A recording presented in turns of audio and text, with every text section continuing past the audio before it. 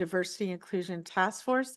And I would like to open the meeting for the Tiburon Town Council for October 15th, 2025. Lee, could you please take the roll? And thank you so much for coming.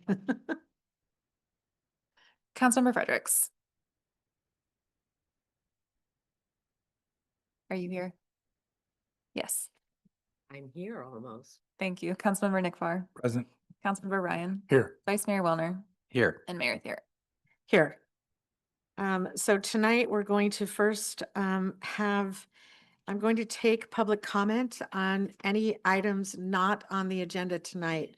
So if there's anything anybody wants to talk about that's not on the agenda, could you please come up to the microphone now?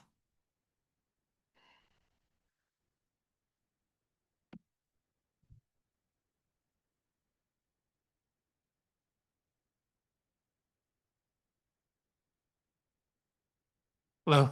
Hello.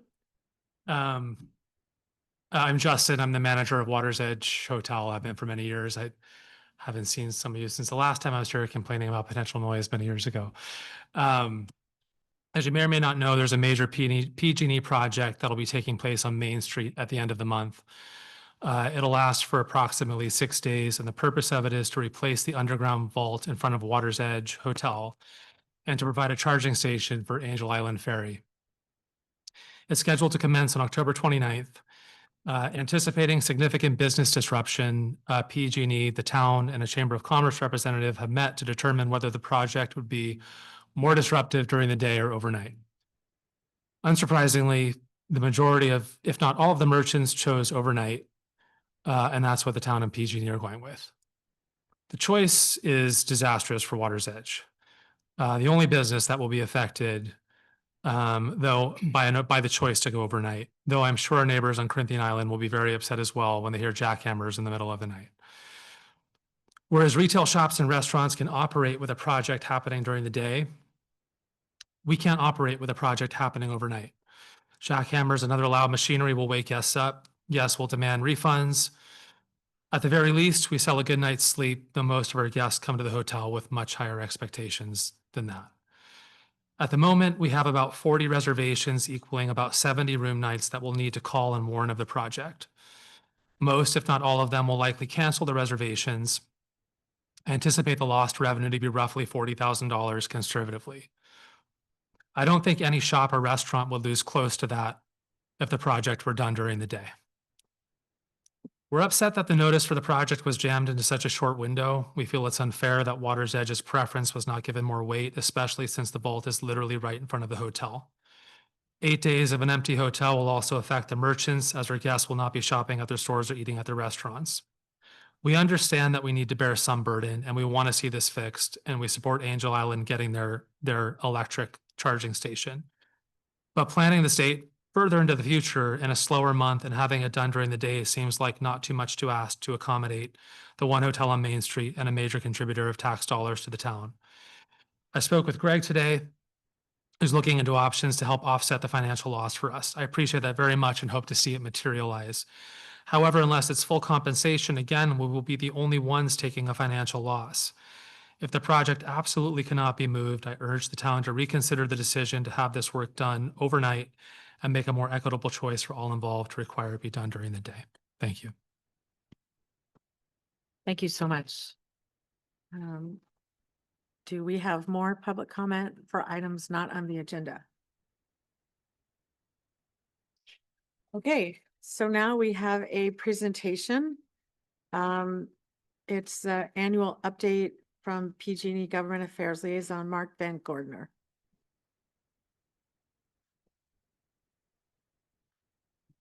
Good evening, Mayor and council members. Thank you for allowing me a few minutes on your schedule. I'm going to kind of lean this way. I'm told this is the way to advance the slides. I will be brief. You may have some questions, but mostly want to get in front of you for a few minutes just to let you know that I am available to answer questions throughout the year. Talk a little bit about what thankfully we don't have to deal with so much now, but we did a week ago, which is high fire risk, power outages as a result of what. So I'm going to go through the slide deck fairly quickly. As I told town manager, My main intent in sending the full slide deck was that it be presented and available to the community as a link. It's downloadable, it's publicly shareable. So get straight to it.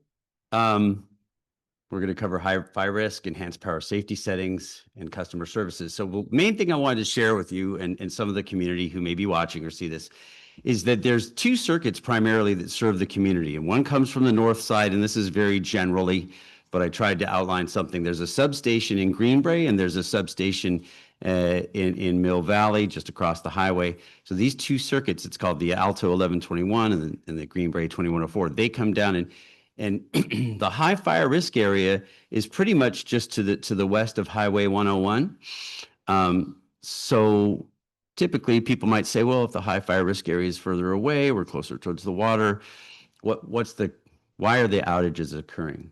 Part of the reason is that there's a buffer zone that still has some vegetation concerns where we still have the potential for ignition and whatnot. So here's the high fire risk area in the blue, the brown shows this buffer zone. And so what we have, and we had something like this happen, I think just last Friday or Saturday, is there was some interference on our lines in this buffer zone, caused a power outage, and on these enhanced power safety setting lines, we have to patrol those lines to make sure they're safe, that there's no tree or something on them that might ignite if we re-energize the lines.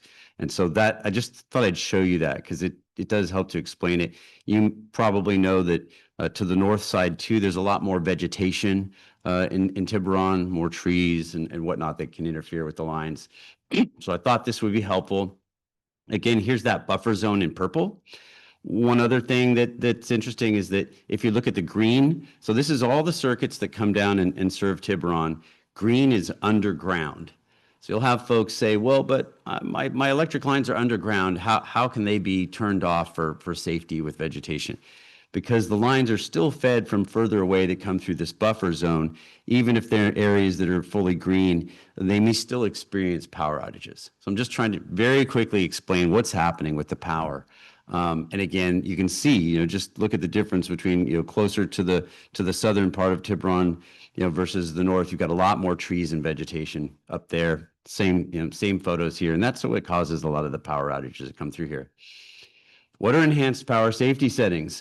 So this is something we discovered that would help turn off the power in less than 1/10 of a second if mylar balloons, a tree branch, an animal, a car, or heavy winds even slap the poles together. There can be a brief spark, but if a branch were to fall on the lines, which typically happens, the power turns off instantaneously versus the branch is sitting there starting to catch fire, falls to the ground, windy days. Now we have a real problem. So that's what enhanced power safety settings are doing.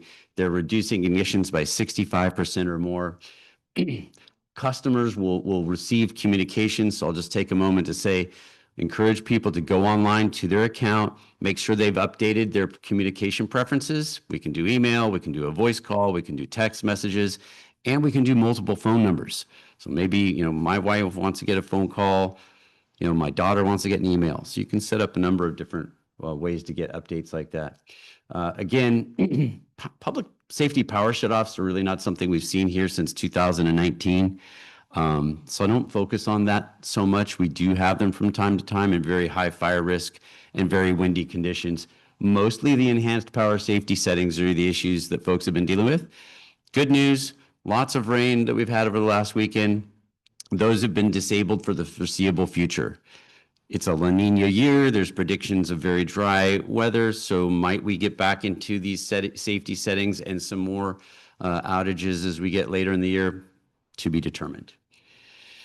Again, I'll be quick here, but there are medical baseline programs and self-identified vulnerable programs that can help people both with cost savings and notifications. An example, medical baseline, if we had a public safety power shutoff where we could see weather coming in, where we'd be shutting the power off in advance, we will make multiple phone calls, texts, emails. Ultimately, if we don't get a confirmation from someone that's designated as medical baseline or vulnerable, we will go knock on their door. We want them to know and be prepared in advance. And again, these links here, publicly available information, should help people to prepare. Same here, multiple resources for battery storage, generation, et cetera. I won't go through it. Wildfire safety and safety action preparedness. I love the Report It app. I don't get a whole lot excited about all the websites and the links, and so it's a little overwhelming, okay? But I do have the Report It app on my phone. Super cool.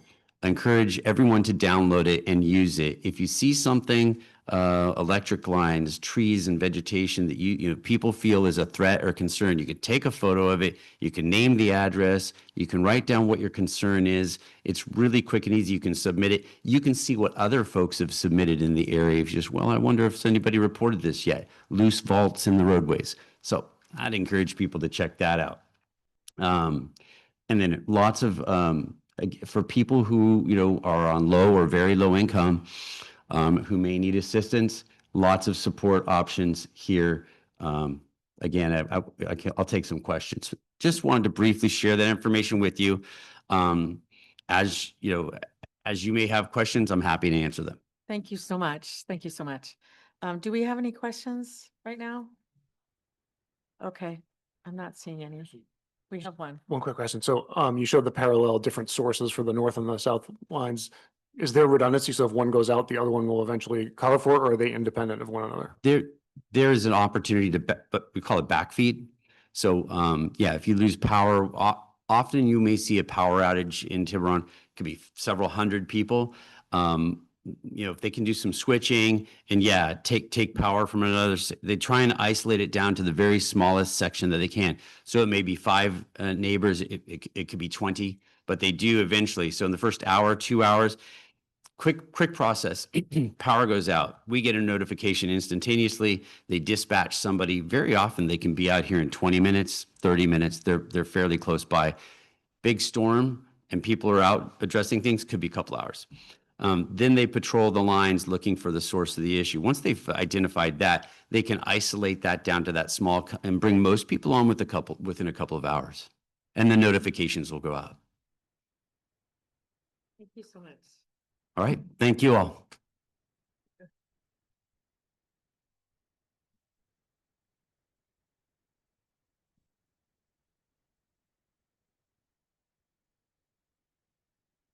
Okay, so now we are moving on to the consent calendar.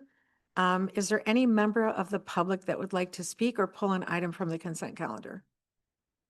Seeing none, is there anyone online, Lee? Seeing none. Okay, great.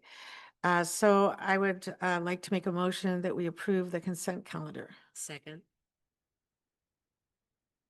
Mayor, See, our town attorney would like to say something. yeah, Mayor, would you like me to read the statement? The statement has to be read before we adopt the consent calendar. Yes, I can read that statement. Okay, so tonight we have several items on the consent agenda, including the town manager's employment agreement. Pursuant to Government Code Section 54953C3, this oral report highlights a summary of the proposed edits to the agreement. As the staff report details, the edits to the agreement include a payout of a certain amount of vacation and an increase in cell phone, automobile, and housing allowances as stated in the agreement. With that said, does any member of the council or public wish to remove the item off of the consent? Okay, if not, then I would like to move that we approve the consent calendar. Do I have a second? Second. Lee, could you please call the roll? Councilmember Fredericks, Yes. Councilmember Nick Farr, Yes. Councilmember Ryan, Yes. Vice Mayor Wellner, Yes. and Mayor Thier. Yes.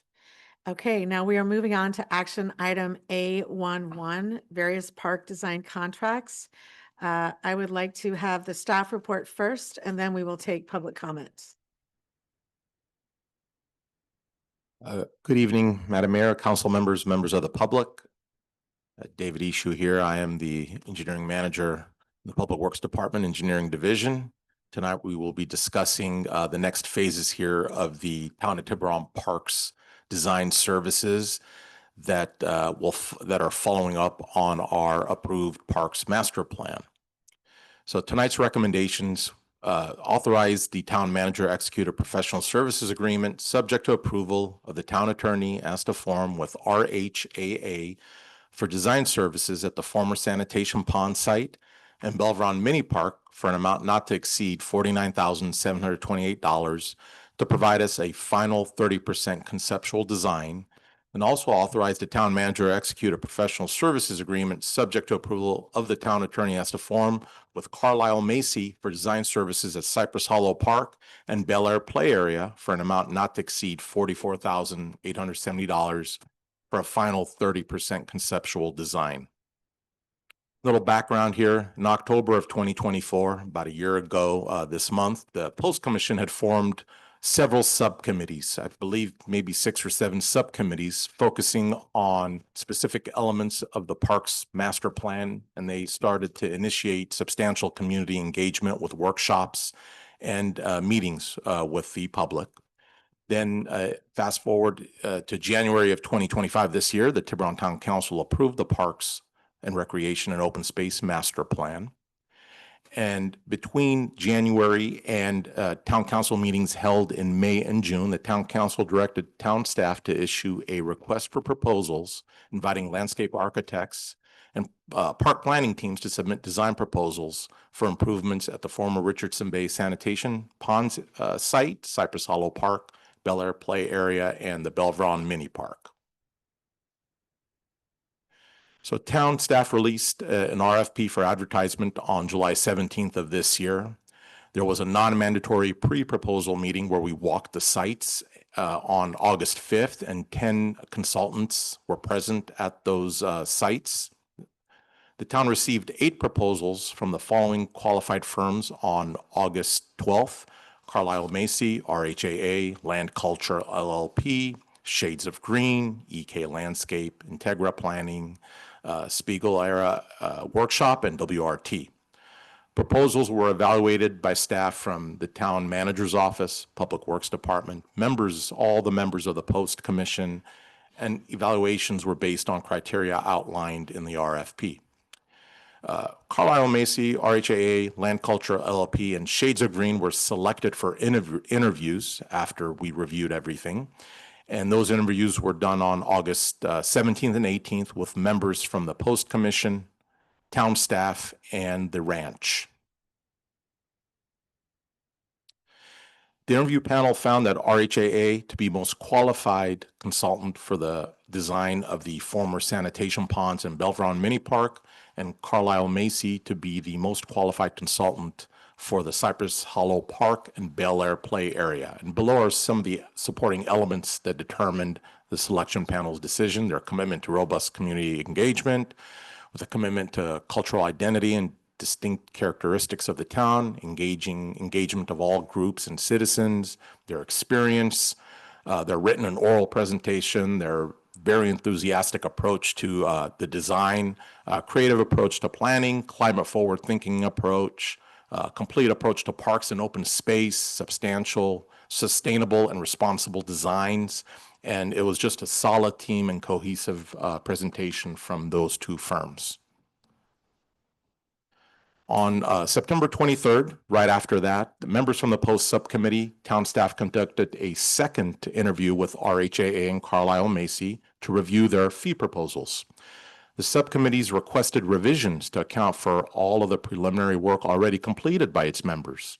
That included all of the meetings that we had with the HOAs around town, our subcommittees. We had a symposium at the library conducted by then Chair Holmbrook and Commissioner Burr. So we requested them to adjust their proposals, and it resulted in reduced fees for the preliminary tasks required to develop the 30% conceptual design for each site. Then at its September 30th meeting last month, the Post Commission received an update from the subcommittee members and town staff, and the commission voted unanimously to recommend that the town council approve a professional services agreement with RHAA and Carlisle Macy to develop the final 30% conceptual design. So once this final 30% conceptual design is completed, the consultant will prepare a scope of work to advance the plans to a fully developed 100% set of construction documents, Staff will then return back to town council to seek authorization to proceed with the final plans and allocate the remaining funds necessary to complete the 100% biddable design plans. So we're anticipating that we'll come back to town council sometime after the holidays, once both firms have enough time to complete these conceptual designs or these conceptual final designs. And in doing so, it'll be a lot of meetings at the Post Commission, subcommittee meetings with citizens, workshops, and everything that's involved to get these plans to a final design that we're going to come back here to town council and show. The financial impact here, the funding for this phase of the project is in the amount not to exceed $94,598, and it's included in this current fiscal year 25-26 budget. And again, the recommendations this evening would be to authorize the town manager to execute a professional services agreement subject to approval from the town attorney as to form with RHAA for design services at the former sanitation pond site and Belvron Mini Park for an amount not to exceed $49,728 for a final 30% conceptual design, and also authorize the town manager to execute a professional services agreement subject to approval of the town attorney as to form with Carlisle Macy for design services at Cypress Hollow Park and Bel Air Play Area for an amount not to exceed $44,870 for a final 30% conceptual design. And that concludes my presentation and open for questions. Great. Do we have any questions for David? Anybody? Wait a second. It's the town council questions. Okay, thank you. Anyone on the council have a question for David? Okay, great. So right now I'm going to take public comments, and I would like to invite anyone up to the microphone who would like to speak. If you could come up and say your name and just say whatever you want to say about this. Hi, my name's Angela Draycott. I'm a Tiburon resident, and I'm here on behalf of about probably 15, 20 girls where we regularly play beach volleyball in Marin. And I'm just very keen that we have beach volleyball courts in that sanitation site. And I've been waiting for quite a number of years. Things keep happening where it's about to happen and then it doesn't happen, and then it's about to happen and then it doesn't happen. So I just basically have a question about what stage we're at, because I thought we were at a different stage probably about a year ago, and how long you think it might be before we make a decision about what recreational facilities are going to be at that site, and then when something like that might happen, that we might get beach volleyball courts. Okay, thank you. We don't normally answer questions in public comment, but I think a lot of people might have the same questions. So with our town attorney's approval, I would like to ask David just to briefly respond to that. Yeah, briefly, a brief response here is that our Parks Master Plan was framework. It was a framework project to develop all our sites so that consultants can work on. So right now we're at the stage of these consultants are going to look at the sanitation pond site. They're taking into account everything that the public has wanted. The subcommittee has worked on beach volleyball as one of them. And between now and I want to say probably, because it's a large parcel, it'll probably take another 4 months, 5 months to have a final conceptual plan, meaning this is what they're going to, the plan here it'll show where beach volleyball goes, if that'll happen, which I think it will, where basketball courts go, just all kinds of varieties. So there's going to be a lot of public outreach, a lot of design conceptual workshops of how we're going to put this puzzle together.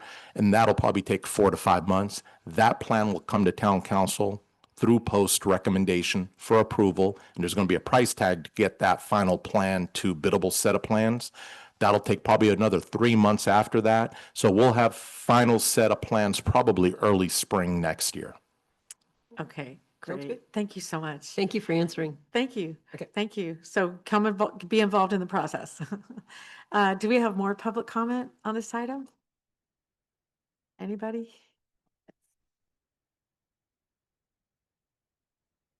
Hi, my name is Emily Poplaski. I'm a resident of Belvedere, and my daughter's grandmother is a resident of Tiburon. We're really excited about the parks plan, and we've been following it, our family, since the very beginning, like over 2 years ago. And we're very hopeful that tonight that you approve the 30% conceptual plans from the two design firms.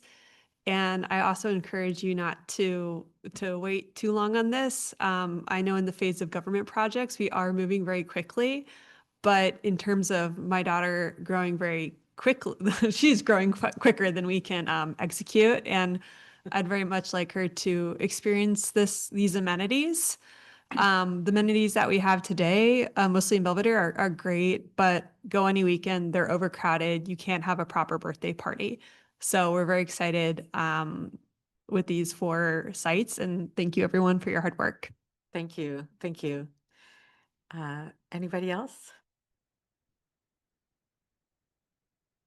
Hi, I'm Jenna. I'm a mom and a Tiburon resident. I submitted a letter, but I just wanted to say publicly that I'm really excited that we're here tonight. And I would urge you to approve the hiring of the landscape architects. I've been going to meetings for over 2 years now, following the parks master plan process and then everything that's transpired since you approved it. And I really would urge us to just get going. Let's do something. It'd be great to have some final plans in early spring, and maybe by next summer we'd actually have some improvements in our park system. So thank you to everybody, the town staff, and to town council and to Post for pushing this forward, and I'm really excited about this next step. Thank you. Thank you so much. And thank you to Parents for Parks and Rec. We appreciate you. Anybody else? I do have some people online when you're ready. Okay, we'll move online, but we'll let someone come up later if they really want to speak. So go ahead, let's go online. We'll start with Emily. Hi, can you hear me okay? Yeah, we hear you great. Yes, thank you so much. My name is Emily. I'm a Tiburon resident with 3 young children.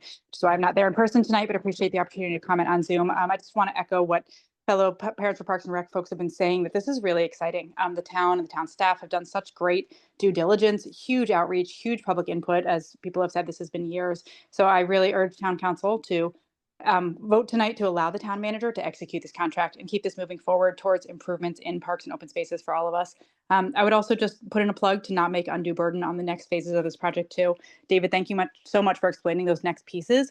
And I'm excited to move to this 30% initial, but then also hope that, understand that there's certainly input to be had, but there's already been so much good input, so much outreach into the community, the consultants, the years, the money, the ideas already out there. So I'm really excited to have town council hopefully approve this first and then build on the information that we already have of what people want and what would work in these spaces to get us toward really successful outcomes for our parks and open spaces. Thank you all again so much for this work. Thank you so much. Next is Beth. Hi, can you hear me? Yeah, we hear you great, Beth. Yeah. Oh, hi everyone. Hi, Holly. Yeah, I just want to say thank you to everyone in the community, town council, Post, and the staff for all of the great work here. I really feel like we're at the inflection point where if we start approving this, which I really hope and honestly pray that tonight you guys approve this to move forward, that we as a community can provide the community with the parks and recreation that we have been asking for, hoping for, and showing up with thousands of public comments, letters, attendance to meetings. So yeah, I hope that you approve all the hard work that Post and the town staff did so that we can take next steps to give the town and the families and really all the multi-generational folks in town what they deserve and need and have been asking for. And I just wanted to kind of reiterate, I'm looking at the current petitions. So one of the petitions that I had led with the Parents for Parks and Rec, we had 346 Tiburon residents. We specifically focused only on Tiburon residents who wanted better parks and recs in the area. The volleyball court folks, they got over 234 signatures. I know they also had some handwritten signatures as well. And then the basketball court folks in Tiburon. They have over 409 signatures. So very excited to just see that we have architects and next steps to continue engaging with the community because the community really wants us to move forward. And thank you so much. Thank you. Next is just phone. Hi, my name is Chelsea Young. Can you hear me? Yeah, we hear you great. Chelsea. Okay, great. Thank you so much. I have three children, 8, 6, and 2, and I live in Bel Air, and I'm also part of Parents for Parks and Rec, and I would like to thank the town council and Post for working together to move forward with the landscape design plans. I'm super excited to see what comes out of that, and I hope that we can really expedite acting on the plans, although I know things take time, but acting on the plans so that all of our kids and also people of all different ages in Tiburon can benefit from improved amenities, hopefully some beautiful native plants and just nice places for people to gather together and spend their recreational time in this beautiful place that we're so lucky to live in. So thank you so much. We are really appreciate all of your hard work. Next is Marin Villages.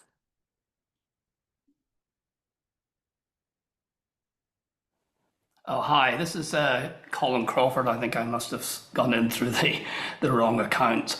Anyway, resident for 15 years. I'm very excited to see how this project's moving forward. I feel that for the last couple of years, our community has been deeply involved in shaping this product, shared a lot of ideas. We attended meetings, worked together to create a clear vision. One I think that the Post Commission captured really well and reflected in the RFP to the design firms, especially around the sanitation ponds area. They talked about a space that balances active recreation like basketball and volleyball with shaded areas for relaxation. So I'd like to recommend 2 simple steps going forward. One, ask for one conceptual design based on the Post Commission's recommendations.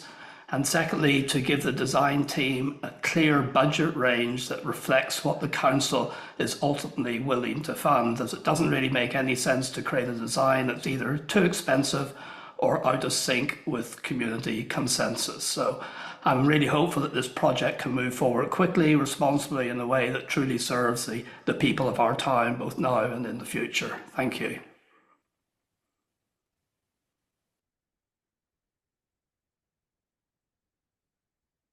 Seeing nothing further online. Thank you. Do we have anyone else here that would like to speak that has not yet come up? Okay, hearing none, I'm going to move it back to our town council. Yeah, do you mind if Sure. I start? Sure, go ahead. I may cut to the chase a little bit here because I think everyone would love. I think maybe I'm not reading the room correctly, but I'd love to move forward with this and propose that we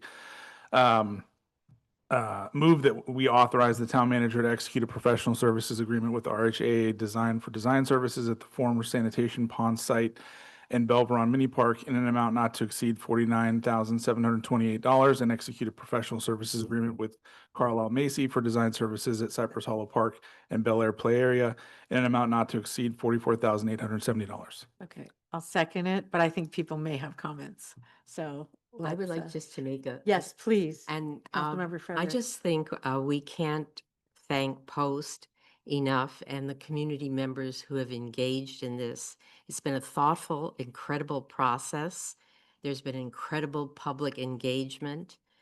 And Post in particular is so focused on a thoughtful selection of designers and assignment of their duties. I think they deserve a special thanks. Okay, who else agreed. would like to say something?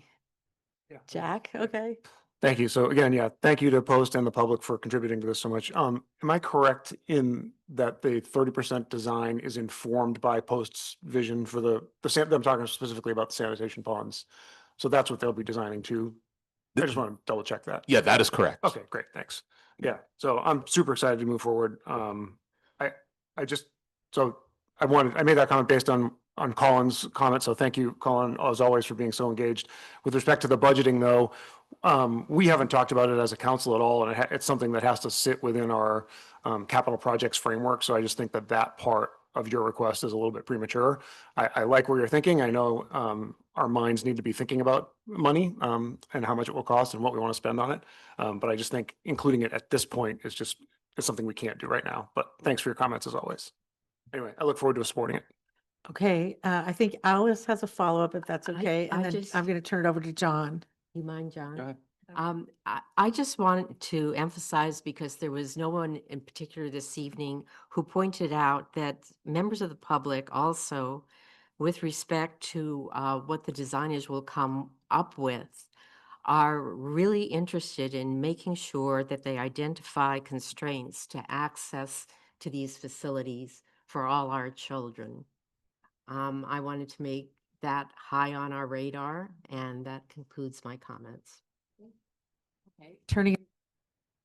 Okay, I just have brief comments. I'm also very supportive of moving forward on this. I just want to make a comment to all the people who've been working on this for so long and waiting to get to this point. I think this is the part where it starts to get fun. We're going to see, what we're actually proposing and get, real feedback on very tangible items. So, hang on to your hats. We're gonna we're gonna get these people working and then see what we can build. So, thank you.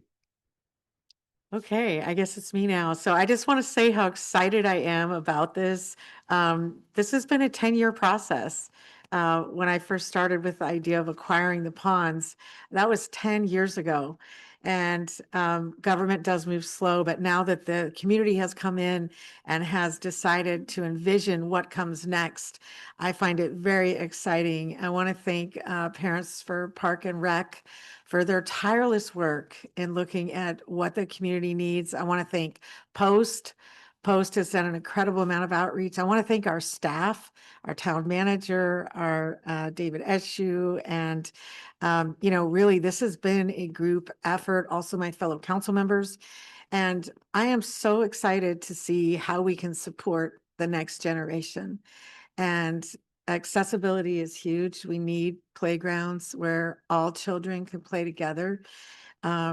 And we also need to look at what does our community need and how are we going to support future generations in terms of park and rec space. And I think people of all ages are going to enjoy what the vision has created and what we're going to see come out of the public process moving forward. So I just want to thank everybody, and I'm so excited. So now I'm going to ask for the vote.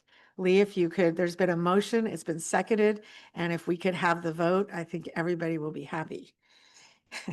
Councilmember Fredericks, Yes. Councilmember Nick Farr, Yes. Councilmember Ryan, Yes. Vice Mayor Wellner, Yes. and Mayor Thier. Enthusiastically, yes.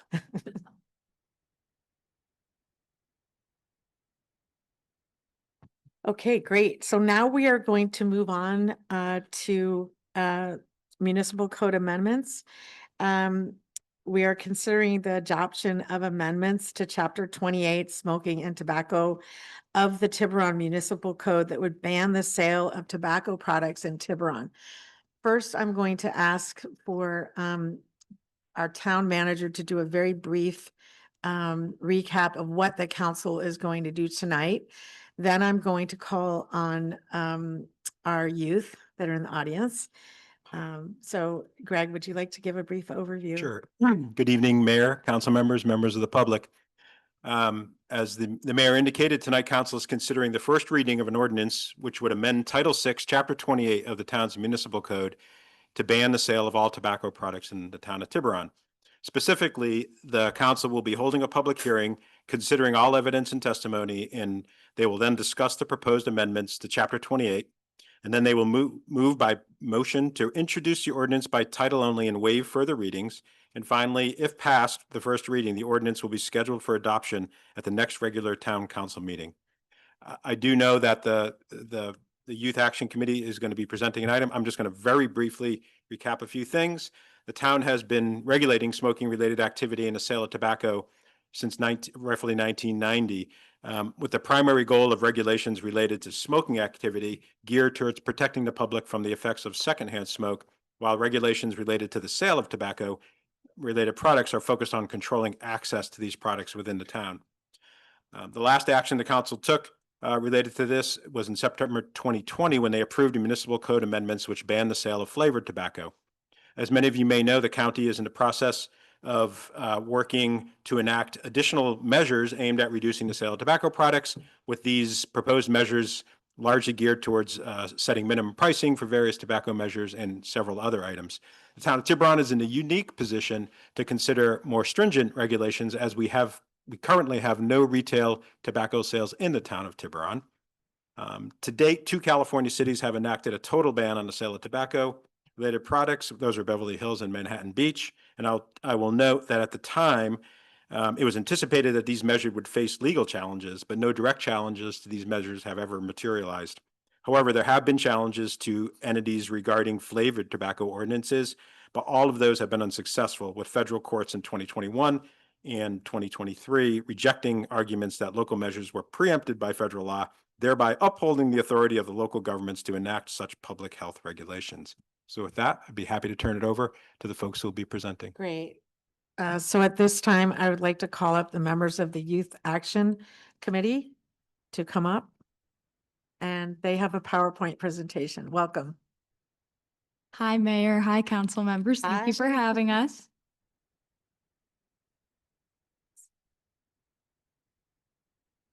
Sorry, there's a few of us here, so it's a little awkward.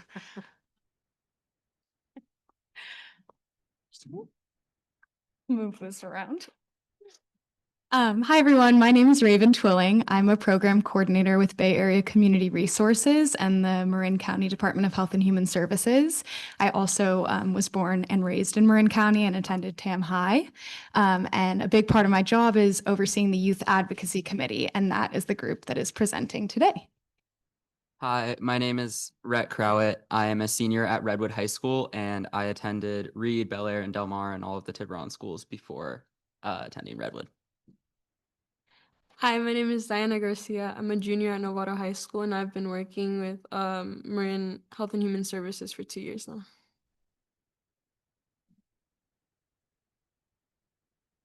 Today, we are going to be talking about first what the Youth Advocacy Committee is and what our goals are. Next, we are going to talk about tobacco and nicotine use in Marin, and then what the tobacco retail environment currently looks like in Tiburon. And then fourth, we're going to talk about Tiburon and the current protections and regulations on tobacco sales. And finally, we are going to present our proposal for making Tiburon a permanently tobacco and nicotine-free town. The Youth Advocacy Committee is a group made up of high school students from across Marin County who are devoted to addressing nicotine addiction problems. Our goal is to engage with local organizations, policymakers, and citizens to raise awareness about youth nicotine use and solutions to protect community health. Local level policies impact the health and well-being of teenagers. Our involvement in policy advocacy allows us to shape the future we hope to see for our peers and community. So now we're going to take a look at most recent data for youth nicotine use in Marin, and the data that we're sharing today comes from the California Healthy Kids Survey. It's an anonymous and confidential survey that monitors school climate and student well-being. So this graph shows 11th grade vaping rates in Marin compared to the California statewide averages. And as you can see, vaping rates in Marin are nearly double the California statewide average. And local data for 2019 and 2021 wasn't available due to the COVID-19 pandemic. This graph shows 11th grade cigarette smoking rates in Marin compared to the statewide averages. And like vaping, cigarette smoking rates in Marin are higher than the statewide averages. This next graph is self-reported perceived ease of obtaining vape products for 7th, 9th, and 11th graders. And you can see that 25% of Marin 7th graders said that it was easy to obtain vape products. Comparatively, 62% of ninth graders and 70% of 11th graders said that it was easy to obtain these vape products. So that means that Marin needs to take actionable steps to limit youth access to these nicotine products. Part of the reason that Marin vaping rates are particularly concerning is because vapes have significantly more nicotine in them than traditional cigarettes. In fact, a single elf bar, a popular type of vape amongst teens, has the same amount of nicotine in it as nearly 600 cigarettes. Now that we've seen just how much nicotine is packed into vapes compared to cigarettes, let's take a step back and look at where these products are being sold and why the retail environment plays such a big role in shaping youth tobacco use. Tobacco retailer density refers to how many stores in a specific area are selling tobacco products. When there are more tobacco retailers, youth are more likely to see ads and promotions for these products. Additionally, seeing stores that sell tobacco also increases how often youth witness others using tobacco, which can normalize the behavior. Researchers from the National Institutes of Health have found that areas with more tobacco retailers tend to have higher smoking rates in both adults and youth. It's no surprise that communities across California are already regulating tobacco retailers to help reduce youth consumption.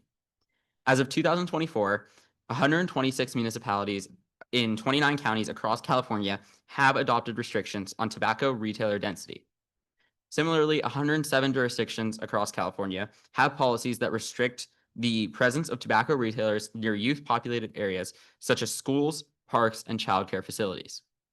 This shows that local communities can and should take action to decrease the number of tobacco retailers in their community.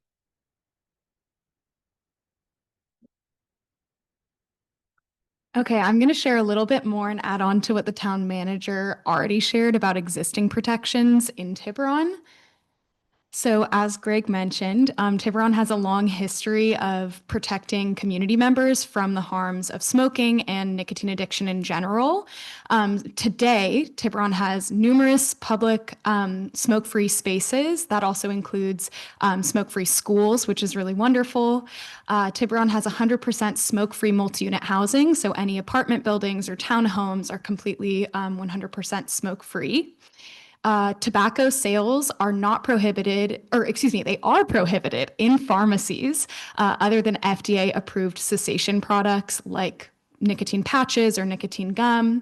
And flavored tobacco products are also prohibited in the town of Tiburon. And then lastly, and this is a really unique addition to the Tiburon code, is that the definition of smoking includes the use of e-cigarettes and vaping. So any space that is a smoke-free space, whether it's a school or an outdoor space or a business, is also a vape-free space.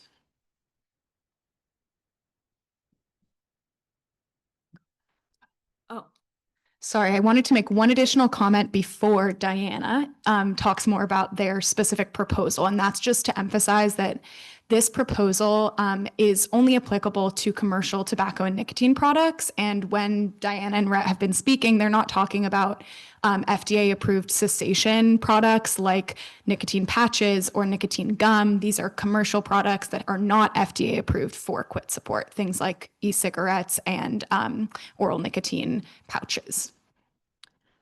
Okay, so with these protections in mind, we believe it's now time that Tiburon considers a policy to prevent retailers from trying to sell tobacco and nicotine in Tiburon.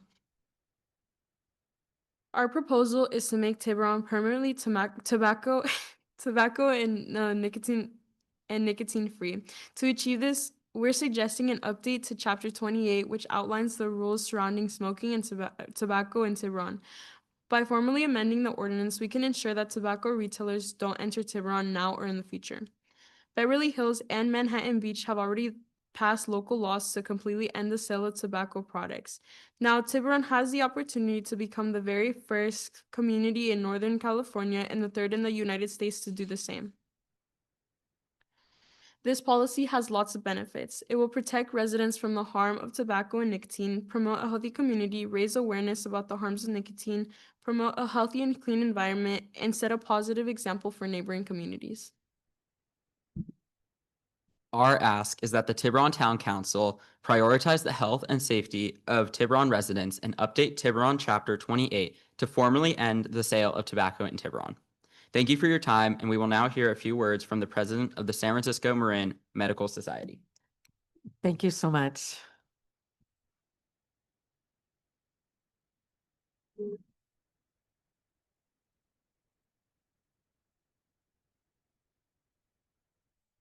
Good evening, everybody. My name is Sarita Satpathy, and I'm president-elect of the San Francisco Marin Medical Society. I'm very honored to be here today. We applaud all of you and Mayor Holly Thayer, the entire town council, for your leadership and courage to hear the ordinance to keep tobacco and nicotine products out of Tiburon. This is a critical step, as mentioned by the other students here, in safeguarding the future of the community. We commend these high school students from the Youth Advocacy Committee. They delivered an excellent presentation and really summarized where things are going. Local youth are particularly at risk at Marin County, as mentioned before. 11th graders vape at nearly twice the statewide average. The San Francisco Marin Medical Society and the California Medical Association, of which we are a component society, have developed extensive policy about the detrimental effects of tobacco products. We know from decades of research and experience that most smokers start at a very young age. Vaping is a path to nicotine addiction, and smoking for young people that make this tobacco and vaping products extremely easy to procure is an important way to reduce, vaping is a path to nicotine addiction, as mentioned, and smoking for young people, and making tobacco and vaping products less easy to procure is our important way to reduce tobacco use, addiction, and all health-related problems, and ultimately death from nicotine use. There's strong support for their idea, which was adopted in Beverly Hills and Manhattan Beach, as they mentioned, is well received. In 1984, the California Medical Association adopted a policy dedicated to achieving a tobacco-free society by the year 2000. This year, the Medical Society has led efforts with the AMA to bring an end to cigarette sales across the United States. We commend the Tiburon leaders for proposing the important advance. This action can serve as a model for the nation and provides further evidence of Marin County's continued leadership as a top-ranked county in California in both tobacco prevention and control. In these challenging times for tobacco control at the federal level, this visionary action championed by these high school students can serve as an inspiration to re-energize and reinvigorate efforts across our nation to achieve the tobacco endgame. This will help reduce deaths and disability from tobacco-related illnesses. Thank you so much for having us, and I look forward to working with you in the near future. Thank you. And thank you so much for your work. Thank you. I was very impressed with everybody here tonight. Thank you. Excellent meeting. Thank you. Okay, so now I'm going to take public comments. Please come up.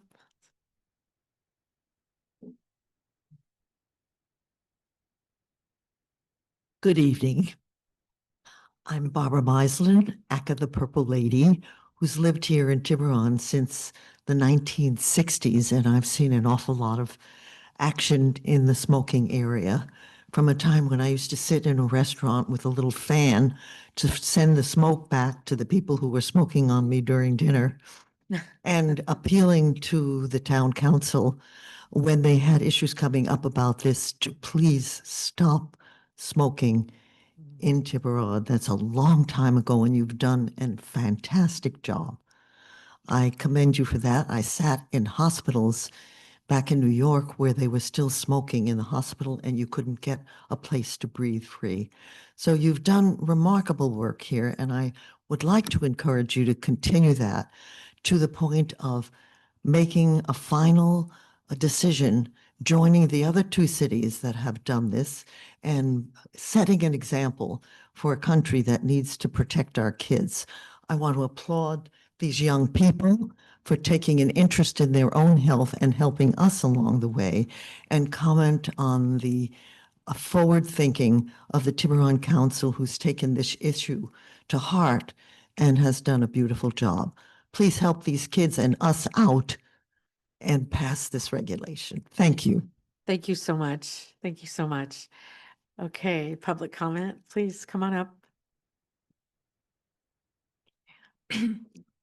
Hi, my name's Dahlia. I grew up here in Marin, and I'm really here tonight, I guess, kind of to give a face to like the statistics we've been hearing about like kids who grew up vaping in Marin, because I was one of those kids. And I think it was something that was like, I graduated high school a few years ago, but growing up in Marin, vaping and nicotine products were something that were so easy for us to access. I can attest to that myself, and I think that that really contributed to like my use and the like my peers' use. And I think for us, like vaping really led to cigarette smoking, not the other way around. And it kind of just like went on a continuous cycle, just depending on like what's easier to access, what kind of place you're in.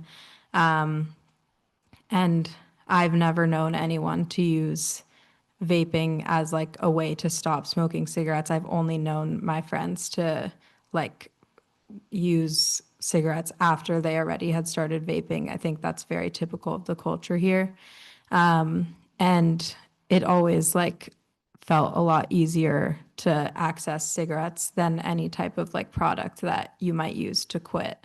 Growing up here and like also in other places in California, but I think I definitely wish that there had been like more regulation around access to nicotine products when I was younger, and like a lot more accessibility around the types of like nicotine patches and gum and stuff that you would use to quit nicotine. Because I think most people I know who use it want to quit, but it's just way harder to find than cigarettes. So they keep smoking cigarettes instead. And yeah, thank you. Thank you. Thank you. Who else would like to speak?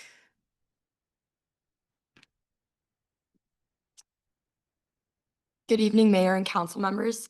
My name is Cora Champomier, and I'm here on behalf of the Youth Advocacy Committee and the Redwood High School's Tobacco Use Prevention Education, or 2P team, to express my strong support for adopting a local policy to prohibit the sale of tobacco and nicotine products in Tiburon. Growing up in Tiburon myself, I've always been grateful to live in such a beautiful community where it is safe for children and teens to have freedom and explore. However, as a senior at Redwood High School, I've also witnessed firsthand the growing popularity of nicotine products like vapes and Zins. These products are addictive, dangerous, and threaten our communities from within. I grew up with the ideology that those who use tobacco and nicotine products should be avoided, when in actuality, those are the peers we should be helping and supporting. As a 2P member, I work to educate students around Marin County on the harmful effects of tobacco and nicotine and support my peers in quitting. Tobacco use remains the leading cause of preventable death in the United States, claiming more than 480,000 lives each year. And nearly 90% of adults who smoke cigarettes began before the age of 18. Despite Marin County being a safe and insular community, to reiterate, Marin County 11th graders vape at nearly twice the statewide average. All of this data underscores the importance of policies like the one being considered today that reduces access to and visibility of addictive tobacco and nicotine products. By maintaining Tiburon's tobacco-free environment, Tiburon can reaffirm its commitment to protecting teens and young adults, advancing public health, and fostering a community where residents and visitors alike can thrive. This policy will also preserve Tiburon's unique small-town character and reinforce its reputation as a leader in health-conscious policy. I strongly urge the Tiburon Town Council to adopt its ordinance and ensure Tiburon remains free from the sale of tobacco and nicotine products. I hope that other kids get to grow up in a tobacco and nicotine-free community like I did. Thank you for your dedication to the health and well-being of all Tiburon residents. Thank you. Thank you. Who would like to speak next? Hi. Yes, please. Hi, I'm Jenna. I'm a mom, and I'm just learning about all of this tonight and these astounding facts about the nicotine use rate among high schoolers. It's just crazy. So Yeah, I really support this ban. It seems like a great idea. And I know these products are heavily marketed toward our youth, and anything we can do to really prevent kids from getting hooked on this stuff would be great. So I support it. And great job to the people who presented tonight. It's really impressive. So thank you. Thank you. Thank you. Who else would like to speak? Do we have more people? Please come on up.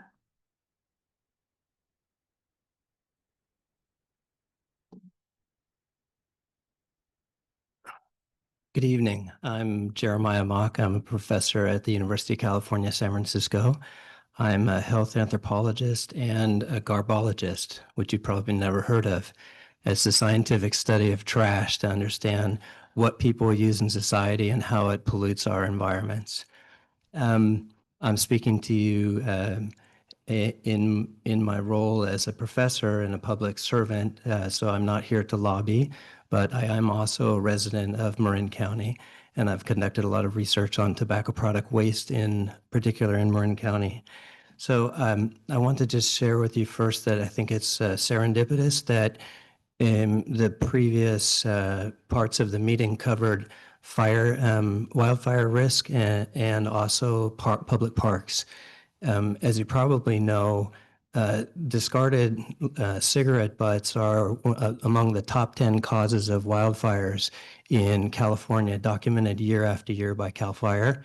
And Tiburon is in a particularly important position with regard to not only the community itself, but of course the adjacent areas like Ring Mountain and its responsibility to protect these areas, as well as being surrounded on three sides by water. And you may know that tobacco product waste is extremely toxic. Every cigarette butt is a small toxic waste dump that leaches out nicotine and other very harmful chemicals. And today I'm going to tell you just very briefly about the new generation of nicotine products that the industry is manufacturing to addict young people with.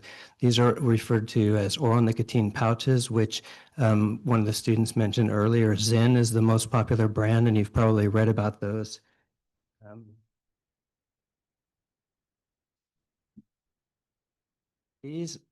Thanks very much. We'll just pass these up to you and then you can have a look. These are two products that are currently being sold by Philip Morris International and British American Tobacco, Zyn, and the big competitor Velo. So those have small sacks in them. They're made with a synthetic fiber that degrades when it's thrown away into microplastics. These are starter products. And then I've just returned back from Sweden, where the prevalence of nicotine pouch use has risen to about 22% among 16 to 19-year-olds. It's like an epidemic across Scandinavia, and they manufacture cute little products like this. This is a wintry watermelon product that's obviously designed for young people. And then Kelly White, which is looks like a ladies' compact that's designed to attract young women.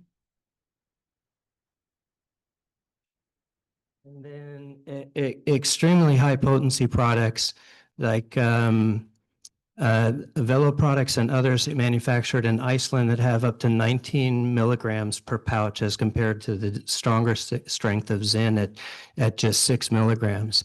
So the industry is pushing flavors and they're pushing high potency products. And the result is that when we do field work, we find these pouches all over the ground and they're all leaching nicotine. You're fortunate. The brief field work I did here in Tiburon, I've only found a few pouches in neighboring Corte Madera, where they have 5 tobacco retailers selling these products. We find them all around the playgrounds. We find them around baseball diamonds. So they're a very serious environmental hazard. And I just want to encourage you to understand that the decisions that you're making are not only with regard to the health of people, but also to the environment that you live in and that you're custodians of as public servants. Thank you for your time. Thank you so much. Thank you. Okay, who else would like to speak?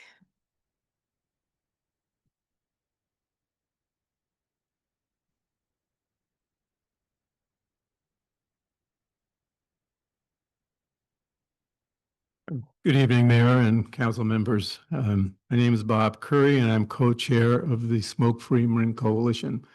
And I sent all of you an email earlier this week, and I think that said my position. But I just wanted to, this evening, I wanted to thank the youth. The youth have really taken ownership of this policy. They did a lot of research, they've studied, and I think they did a tremendous job this evening in presenting. And I want to just thank them for their energy and their commitment and their leadership. I spent 30 years in tobacco control. I'm now retired and co-chair of the coalition. And many people may ask, why would a town of Tiburon be looking at this since they don't have any tobacco retailers? Well, I think the main reason is the whole goal of our tobacco program in Marin County and in the county, in the state, is to change social norms around tobacco use, to make it less desirable, less acceptable, and less accessible. And your positive action tonight will go a long way, especially with the media that you are getting, to change the social norm around tobacco use. So I encourage you to make that positive commitment tonight to this policy, as you have in many years that I've come and had my other hat on as the leader of the tobacco program here in Marin County. And you did a tremendous job on those policies. We thank you for that, and hopefully another good decision tonight. Thank you. Thank you. Thank you so much. Who else would like to speak? Great. Come on up.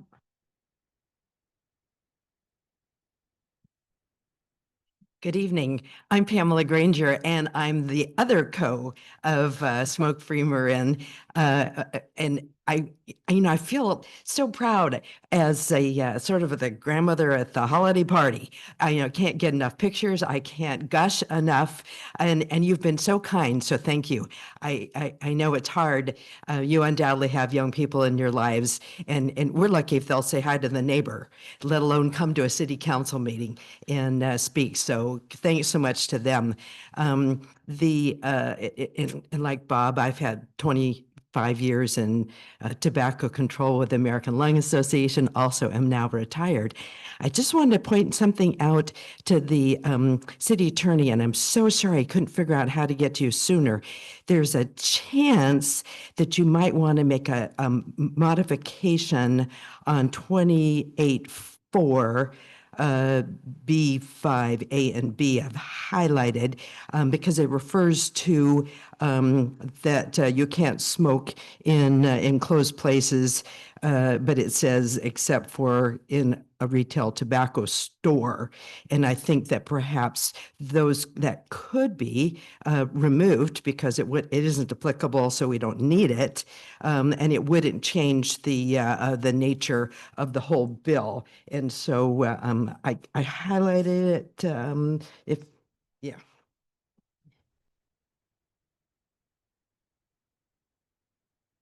It would not be awful if it stayed in, but there's been so much hard work done at taking out all of the things that are unnecessary and just make them note.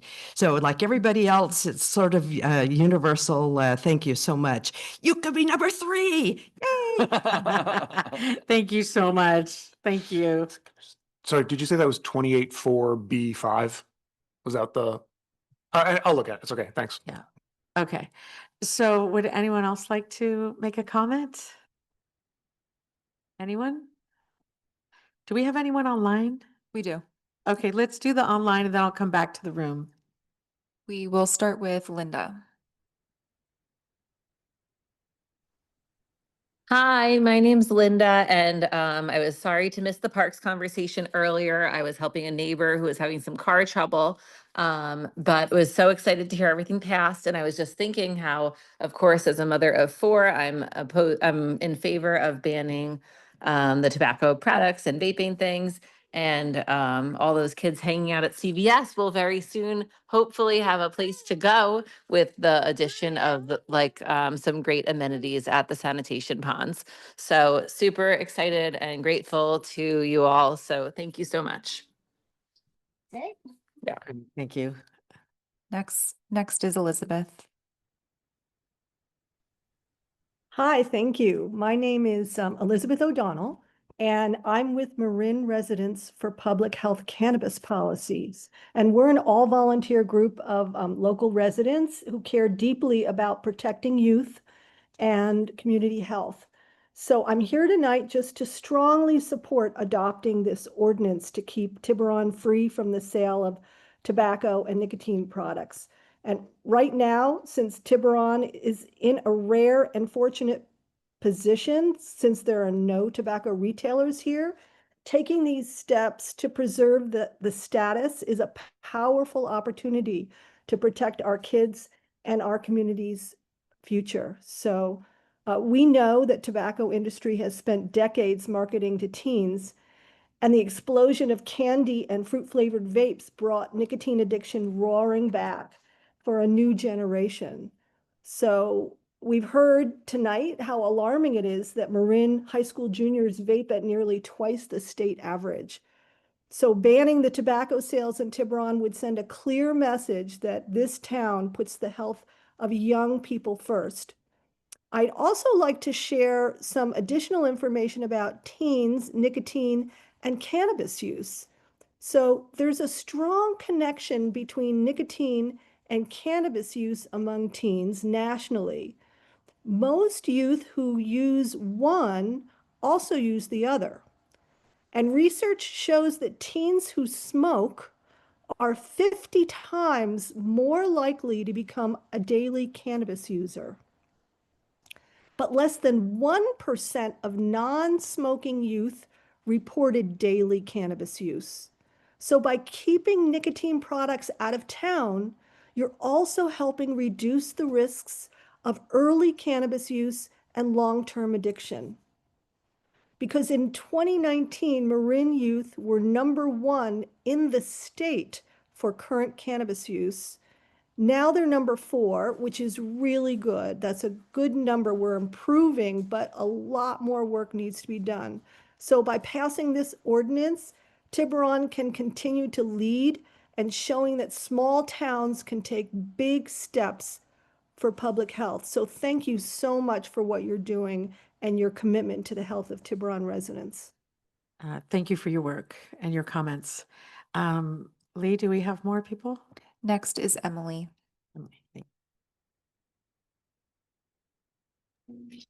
Hi, everyone. Thank you so much. I was really excited to hear this, as others have commented. This really does feel like tie in so well to a healthy Tiburon that we were talking about with parks. I have very little to add to the tremendous testimony already heard so far from students and experts, but I do speak from the perspective as both a parent and a mental health provider working at Redwood High School, where Tiburon students go. This is our high school, and what we see there is everything the students have been saying. So I have deep concern about the vaping levels and the impact on our youth.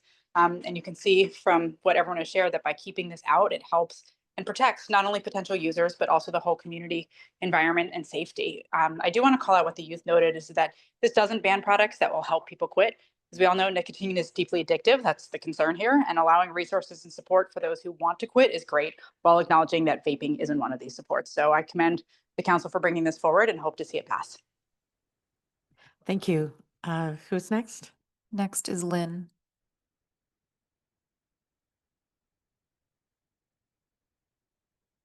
Hello, good evening. Can you hear me?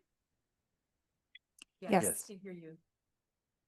Yes, this Go is ahead. Lynn Silver. I'm a pediatrician and director of the Prevention Policy Group at the Public Health Institute. Thank you. I'm here to express, I'm also a mother of 5 and a grandmother of 1. I'm here to express our strong support for this wonderful proposal from Tiburon and Marin youth that you're hearing tonight. And also just to address the question that Bob Curry raised a little bit, which is why should Tiburon do this when you're already a city that has a town that has very little or no tobacco commerce going on? And to do that, I'm just going to quickly tell a story that I told in the letter I wrote. Almost 20 years ago, Denmark and Tiburon put out a shot that was heard around the world. You sent out a ripple and banned trans fat before anyone else had. I was in New York City government at the time. We heard this, we saw it, we were heartened to take action on an issue we were already studying. New York City took action, surfing on that ripple. It became a wave, and then states and counties and cities from across the country got on that wave, and it became a tsunami. And by 2018, trans fats were banned nationally. Would that have happened without Tiburon? I don't know. Maybe, maybe not. But you contributed to making an innovative, controversial policy seem possible. And it is time that we end the epidemic of commercial tobacco disease. By taking this measure, you joined Beverly Hills and Manhattan Beach and helped take this idea, which may have seemed ridiculous some time ago, become possible. And then from possible, it will become normal. As societal norms change, that's what we saw with smoke-free air. At first, it seemed ridiculous and controversial. Then it seemed possible, and then it seemed normal. And it's only through communities like Tiburon adopting these policies that we can see that groundswell of social change that we really need to see for tobacco. The industry, as other speakers have noted, has become incredibly creative. It's embedding new products, new ways to tempt young people to initiate. And it's only really by taking the types of measures that are being proposed here tonight that we can definitively stop that. Tiburon is uniquely situated because you don't have commercial interest in the city fighting back. To do this and provide one more example for the nation so that other communities follow in your footsteps and we create a tsunami together. Thank you.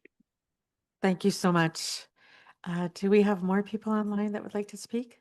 Next is Ruth. Hi, can you hear me? Yes, we hear you very well. This is Ruth Malone. I'm a professor emeritus at UC San Francisco, and you have a letter from me with a lot of information. I wanted to just add to what I said in that letter that I speak also as a former smoker who, at one point decades ago, when I was struggling to quit, and more science was coming out, I thought, well, surely they'll ban these products because they're really killing people. They're hurting people. They're so awful. They'll take them off the market. I was so naive because I didn't realize at that time how powerful the tobacco industry is, particularly at the federal level. But we have the power at local levels to end the tobacco epidemic, town by town, city by city. And I'd like to commend you for preparing to hopefully take this step tonight in response to the youth who are saying, we don't want this anymore. And for those who are still trying to quit, either smoking or vaping, I'd like to also just use this opportunity to quickly call attention to the website Kick It California. That's KICKIT.ca.org.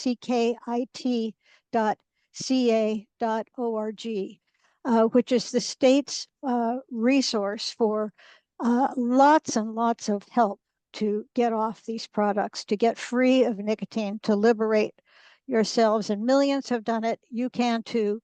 And I'd like to thank you for hearing this ordinance, for taking the lead, and for helping move us toward ending the tobacco epidemic. Thank you. Thank you. Do we have someone else?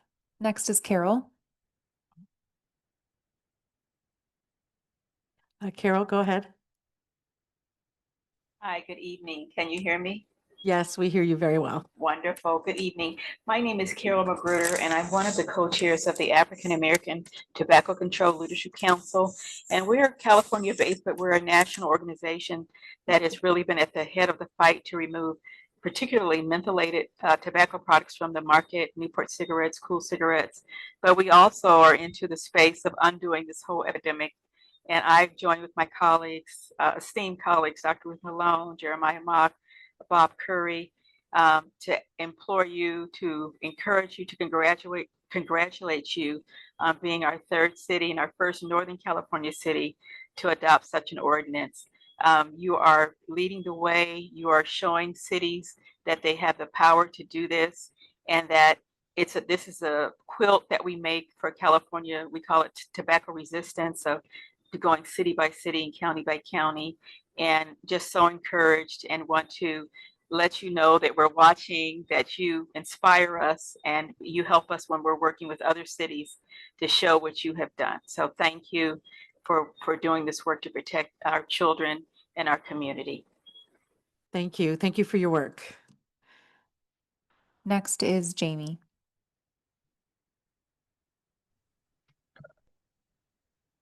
Good evening, Mayor and council members. My name is Jaime Rojas. I'm here on behalf of local business owners. We represent NATO, National Association of Tobacco Retailers.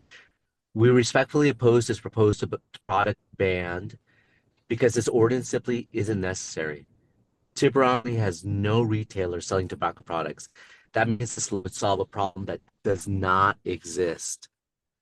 Passing an ordinance with no practical effect sends the wrong message to the business community. It tells future entrepreneurs that Tiburon regulates hypothetical issues instead of real ones. That creates uncertainty for anyone considering opening a grocery store, a restaurant, or any of the businesses here in Tiburon that brings jobs and local tax revenue. California already has some of the strictest tobacco laws in the nation, including a state flavor ban, strict licensing rules, and age restrictions. Those laws already protect residents and youth. Creating another local ban duplicates only existing laws and adds enforcement costs with no measurable health benefit. If Tiburon youth are using tobacco products, then it is definitely because they bought those products either online or outside the city limits where there are no tobacco retail stores in Tiburon. There are practical alternatives that protect public health without a total ban. The city can work with the school district on targeted youth education and community awareness programs to reduce the use access effectively while avoiding unnecessary regulations in town with no local tobacco sales.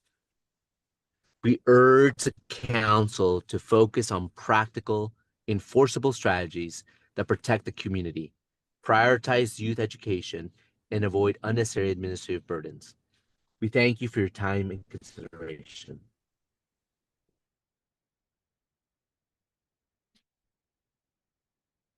Seeing no further comments online. Okay, great. Do we have any further comments in the room?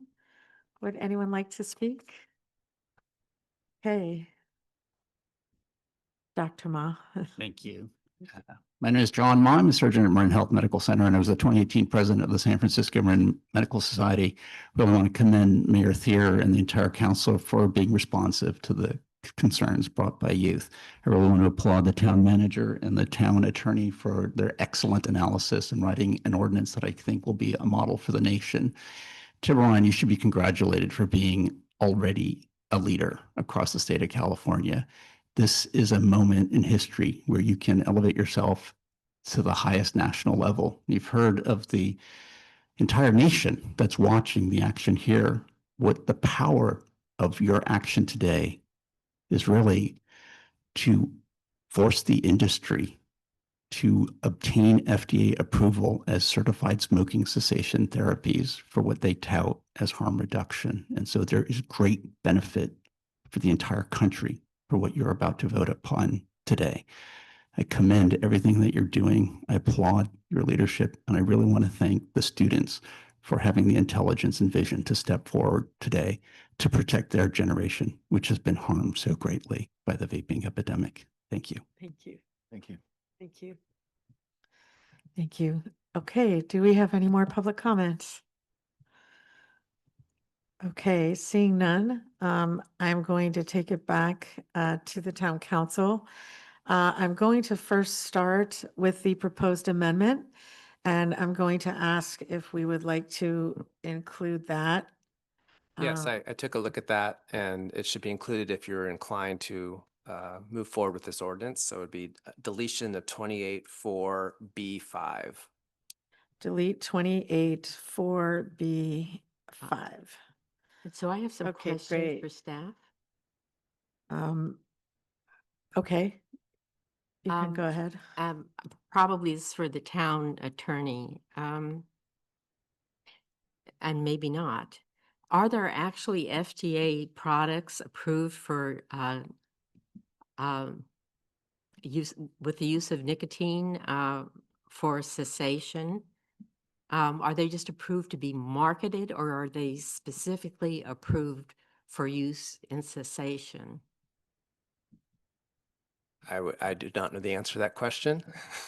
I'd be happy to look it up, but Yeah, I wish we had a study session on this as we usually do with ordinances, just so we have all our information clear. And I want to make it clear that I am no fan of the tobacco companies and their success at manipulating so many generations into smoking. I have a grandfather who died of lung cancer.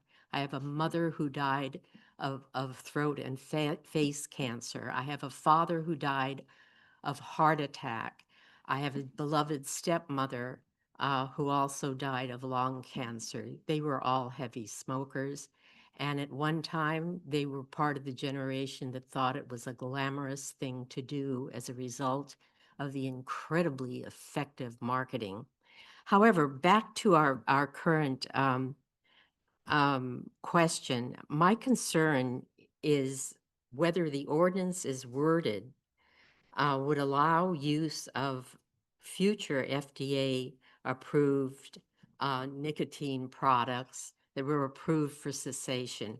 And the reason I ask that is because I wasn't sure from reading the ordinance, so I actually consulted an expert who happens to have been the editor of some of the Surgeon General's reports on nicotine use, and is my spouse, full disclosure, Dr. Neil Benowitz.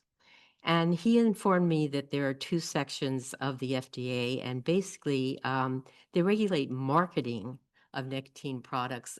They do not represent the process that approves use, medical use, or pharmaceutical use of the product. So I wondered, when the public said that that FDA approved products for nicotine cessation will be allowed under this ordinance. I think it's really important to make sure they are. And in fact, if they are not, perhaps that is another potential amendment, and it should cover the future of any smoking cessation products, even if they contain nicotine, or at least we should study that and get information on it. It's kind of an odd Actually, ordinance could because there answer- are no sales here, even of the FDA-approved nicotine products that are for cessation. Is that true? well, let me go back to your first question. I think I understand your question now. The ordinance does exempt electronic smoking devices if they have been authorized for nicotine cessation by the US FDA. Whether there's in fact been something authorized, I can't answer that question. I'm happy to research that for when this comes back for adoption. But the ordinance does exempt any FDA-approved cessation devices, if that was your question. Devices, so that doesn't cover the Products. non-combustible products that we just saw, like pouches. If it was approved by the FDA as a You said nicotine devices. cessation product, Not it device. would be exempt product. from this ordinance. So Okay, this do you would have cover more- it now and in the future. Correct. Thank you. Okay, great. So do we have any more questions for staff? Okay, I'd like to start by making a few comments. I usually go last, but I'm going to go first now. I just want to say how incredibly excited I am to be sponsoring this amendment to our ordinance. You know, the Youth Action Committee came to me and we met, and Dr. Ma was also incredibly involved with this effort. And I want to start off by thanking the Youth Action Committee and Advocacy Committee. I want to thank Raven Twilling, Diana Garcia, and Rhett Crowlett. And then I especially want to thank the president-elect of the Dr. Santara Satpathy of the San Francisco Marin Medical Society. I also want to take the moment to really thank Dr. John Ma, who's a past president. And, you know, things like this just don't happen. And the commitment that I have seen by the medical society and Dr. Ma to improving our public health, to improving public safety. They also were behind the e-bike ordinance with us. And today is a moment in time when we will make history tonight. Tonight, we will choose public health, and we will choose to reduce addiction from our teenagers. And we also are choosing our environment. You know, a lot of people don't know that the cigarettes filters are actually made of plastic. They are the biggest single source of single-use plastic that finds its way into our rivers, our bays, and our oceans of the world.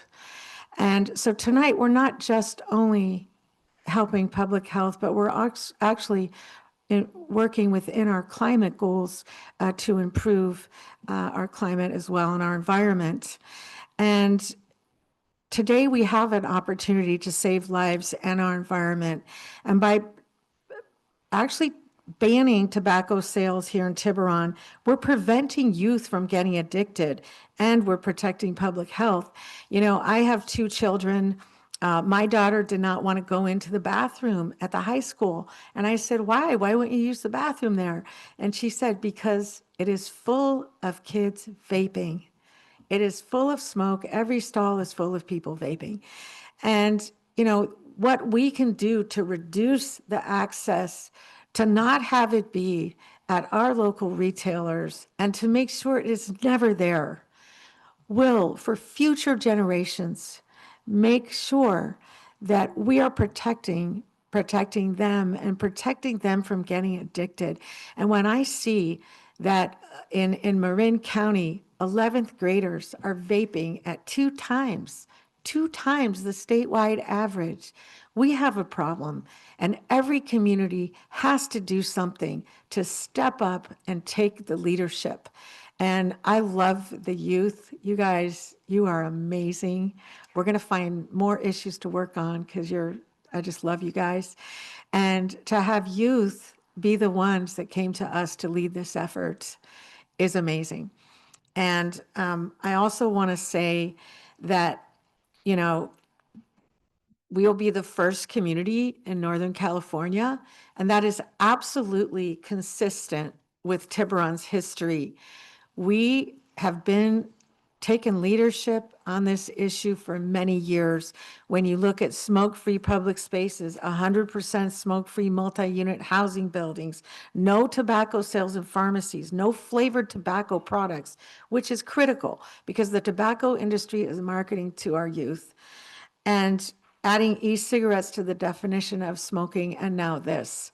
And I just want to thank also everyone who came here to speak, who is part of this work and doing this research. And in 1975, my father had a Women in Smoking project, and he worked with Stan Glantz, who many of you know, and who I met. And he had a program to try to help women to stop smoking because my mother smoked. When I was a little girl, I broke her cigarettes until they told me I couldn't do that anymore. But she stopped. My mother stopped cold one day, and she is now 92 years old.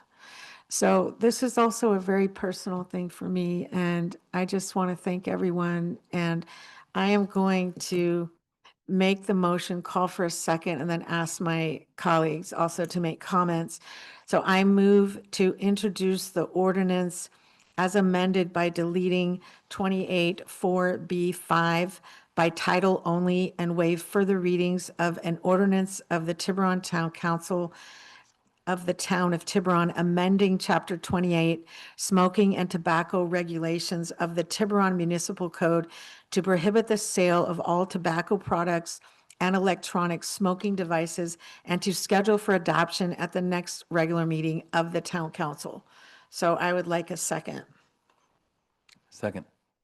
Okay, so now we have more time for discussion. Is there anyone who would like to speak next? John, please. Sure. I'm going to make my comments brief. I think you said a lot of things that we all agree with and believe in. I just want to say I love it when Tiburon leads the way, and this is another great example. We've done it, on climate change. We've done it on a host of issues. We've done it consistently on smoking. I think yeah, it was described in a number of different ways. I like the way Holly just described it. We're the first in Northern California if we pass this tonight, which I'm confident we will. So very excited. There's no good use for tobacco and nicotine unless it's to stop people from using tobacco and nicotine. And delighted to be a supporter of this, and delighted it was brought to our council by a group of youth, and thanks for your initiative in bringing it to the council, Holly. Okay, so we have Jack or Isaac. Would you like to speak? Jack next? Sure. Thanks. Okay, great. Yeah, similarly, I look forward to supporting this. I think it's very easy from any rational standpoint. I'm the Eeyore of the group, I think. I'll bring the gloomy perspective in that, like, it's kind of depressing to see that we have no tobacco sales in Tiburon, and yet our youth are using it at a higher rate than anywhere else in California. So it kind of shows, sort of to Mr. Rojas's point, that there is a limit to legislation, but I think his conclusions were flawed. And I think it is important to send messages, to disincentivize, to make it harder to get. I think there's a lot of really compelling reasons to enact legislation to prevent tobacco sales. Even if you think at first they'll be at the margin, I think it's important to get everything moving in the right direction. And ultimately, that's the way to best serve the youth. Little mixed message from Mr. Crowett there, handing out free samples, trying to get us hooked. I don't know what's going on, but no, thank you guys for your presentation. I thought it's very, very effective, very compelling, very well researched. But clearly you have your work cut out for you with the shirkers in Mill Valley and Corte Madera and Larkspur. And we've banned tobacco. Like, we got to get the rest of the communities on board, because Definitely. it's something that needs scale to work effectively. And that's clearly the next step. So thanks for your advocacy, and look forward to supporting it. Thank you. Isaac. I'll keep my comments brief as well. I think this is one of what I think many things this town council has done to try to continue to improve safety in Tiburon. I think the e-bikes were another way that we've led.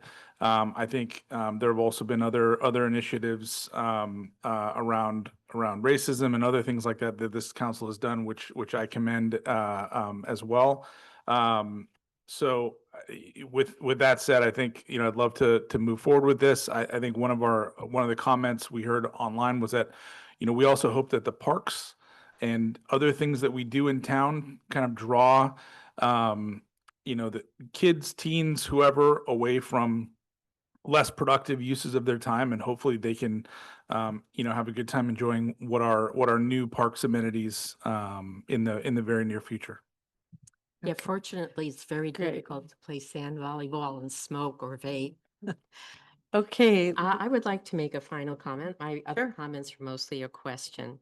I do believe this is an important symbolic step to take. And I can approve it.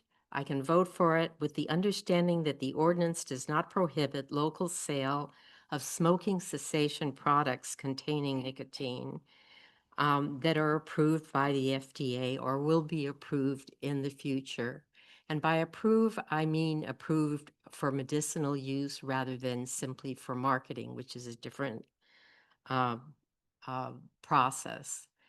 And that said, my worries, I'm sure, have been addressed by the town attorney, and I support the symbolic ordinance wholeheartedly. Okay, great. Could we have a vote, Lee? Councilmember Fredericks. Yes. Councilmember Nickfar. Yes. Councilmember Ryan. Yes. Vice Mayor Wellner. Yes. And Mayor Thier. Enthusiastically, yes.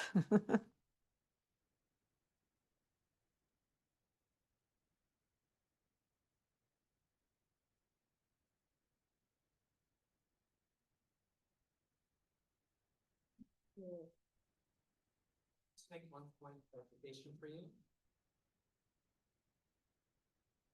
So I know that Tiburon likes to lead, and I want to tell you that you actually are leading as the first in the country.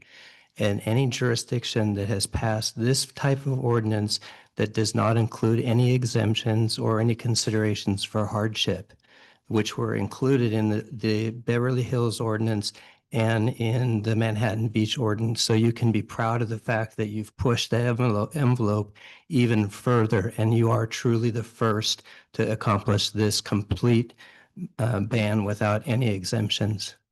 Fantastic. Thank you. Thank you for that. Thank you.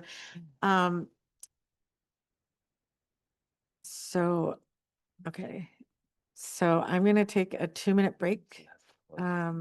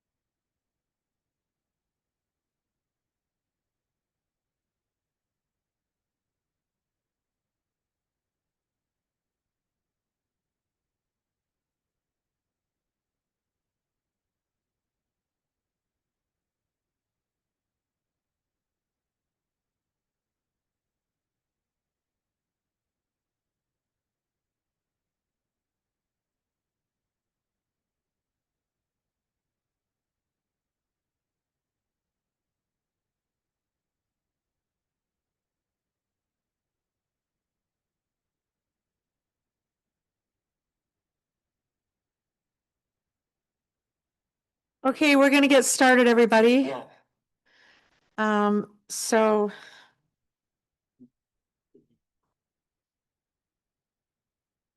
we are now moving to public hearing 2.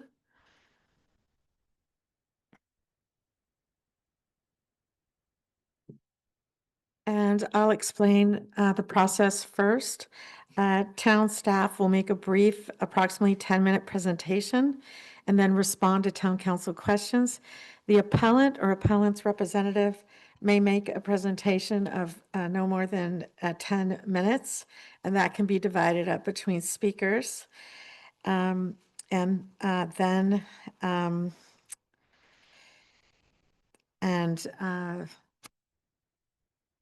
comment. Then we will have public comments. Yes. And then we'll have 1 3-minute rebuttal. And then there's 1 3-minute rebuttal. So I just want to make sure everybody understands the process. And so I would like to first take any public comment on the matter. That happens after the We'll first do the staff report and then we'll do public comment. first staff report, then the appellant does their presentation. Okay. And then the public comment. Yes, we'll do it that way. Good evening, Madam Mayor, council members, and members of the public. I'm Sam Bonifacio, one of the associate planners with the town. Before you tonight is consideration of an appeal that was filed in response to the conditional approval for site plan and architectural review, commonly referred to as design review, with 2 variances at 110 Las Lomas Lane. In summary, when the subject property, the home on the subject property was sold in 2023, and a residential building resale inspection, an RBR inspection, was completed, which discovered various exterior improvements that were completed without the benefit of prior design review and that did not have building permits, which is very common. An application was submitted for this work, and it was reviewed by the Design Review Board at the September 4th, 2025 meeting. The application was approved with additional conditions to remove a portion of lattice, which I'll go into in the next slide, on the subject fencing. And then an appeal was filed on September 15th based on this condition. And based on the information that we'll be going over in the next few slides, staff is recommending that the council uphold the decision made by the Design Review Board. For context, this property is located on a narrow uphill lot on Las Lomas Lane, which is located between Central West and Mar West. The subject and adjacent lots are primarily zoned R2 and and were developed largely prior to the town's incorporation. As a result of this, many of the properties are non-conforming with current development standards. The work subject to review by the Design Review Board was an let's start that over. An exterior spiral staircase, which you can see in picture 1. It's located in this right side yard, and a variance was requested. This staircase was built prior to the current owner occupying the home, and since it is located in a right side yard setback, it requires consideration of a variance. Structures are not permitted in any required setback. The second improvement was a hot tub, which you can see in the second photo, which is in the rear yard of the property. That was purchased but has not been properly installed pending this review. And then the last improvement that was subject to review, it's kind of hard to see, I apologize. It is lattice that was added. You can actually see it better on the hot tub. This 2-foot section of lattice that was installed on top of a previously approved 6-foot fence. Fencing is limited to a height of 6 feet if it's located in a required setback. So a perimeter fence would be considered in a setback. The Design Review Board did approve all of the improvements with the exception of this corner of the lattice on the fence. So the street facing fence section and the gate, the lattice that was installed, the Design Review Board conditioned that that had to be removed, effectively reducing the fence height to 6 feet. The property owner, who is also the applicant, is appealing this, pardon me. I have skipped ahead a little bit. I did not. Okay. The property owner is appealing the added condition requiring the removal of that lattice, citing that the removal of that will create a physical hardship. The reduction in fence height would make this property and her small dog susceptible to coyotes and other wildlife that has been prevalent in the area. So as the appeal stated, the reason for the appeal is that the next door neighbor's cat was attacked and killed by a coyote earlier this summer, and that since coyotes can jump up to 6 feet, having that additional lattice would prevent coyotes from entering the yard. And by not having that additional height, that a physical hardship is created. In response to this appeal, I'm just going to go over the discussion of the design review board and the reasons that they made and could not make these findings. In general, the design review board was supportive of the design of the fence and could make, or pardon me, let me go back. In order to grant a variance, the design review board is required to make 4 findings. In the interest of time, I will be summarizing those in the next few slides, but the full text is also available on page 4 of the staff report that was provided for tonight. In general, the design review board was supportive of the design of the fence and could make findings. For finding number 4, which evaluates the impact of the improvements on the adjacent properties. Typically, when we look at fence variances, the main concerns are view, privacy, it not blending in with neighborhood character. But in this instance, they were very clear that the fence, which is now primarily covered with vegetation, did not impede access or circulation, and that there were no view or privacy impacts on the adjacent properties. However, the board was unable to come to a consensus and make findings 1 through 3. Finding number 1 evaluates the physical attributes of a property and what special circumstances are created because of those physical attributes. So, as an example, fence variances that have been granted in the past are typically on lots that have significant changes in elevation, or they are properties that are adjacent to major streets where noise, lights, and privacy are a concern. But in this instance, the DRB felt that the section of fence that was street facing was mostly flat, and therefore there were no special circumstances. Finding number 2 evaluates if the granting of the variance would be a special privilege in the absence of a special circumstance related to the physical attributes of the property. The board felt that granting this variance would then become a special privilege. And similarly, without a special circumstance related to the physical attributes of the property, the board could not make finding 3, which states that the physical attributes, the strict application of the zoning ordinance, and in this case, the fence height, would result in a physical hardship. The discussion of wildlife and coyotes was mentioned briefly during the hearing, but it was not something that they ultimately found to be a hardship. In reaching their conclusion to approve the project, it appears the design review board imposed reasonable conditions as determined necessary, given that all the required findings in the zoning ordinance could not be made. Therefore, staff recommends the town council conduct this public hearing on the matter, deliberate, and deny the appeal if they agree with the decision and the reasoning made by the design review board. Alternately, you may grant the appeal. You may partially grant the appeal, which would mean modifying conditions imposed by the design review board or imposing additional conditions at your discretion, and then direct staff to come back with either option with a resolution at the following meeting. Alternately, you can also remand this back to the design review board, giving specific direction on how this project should be further reviewed or modified. And I'm available if you have any questions. Great, thank you. Do we have questions? Councilmember Fredericks, please go ahead.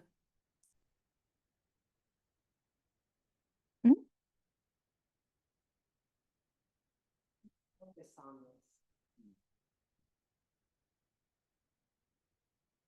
this. I visited the property and I didn't focus on something that seemed important to me after. Mhm. On the fence that parallels Las Lomas, Mhm. on the inside surface of it, Yes. is the surface of the patio higher than where the fence is built on the outside? So on the outside, it's about a foot or two above the street. Mhm.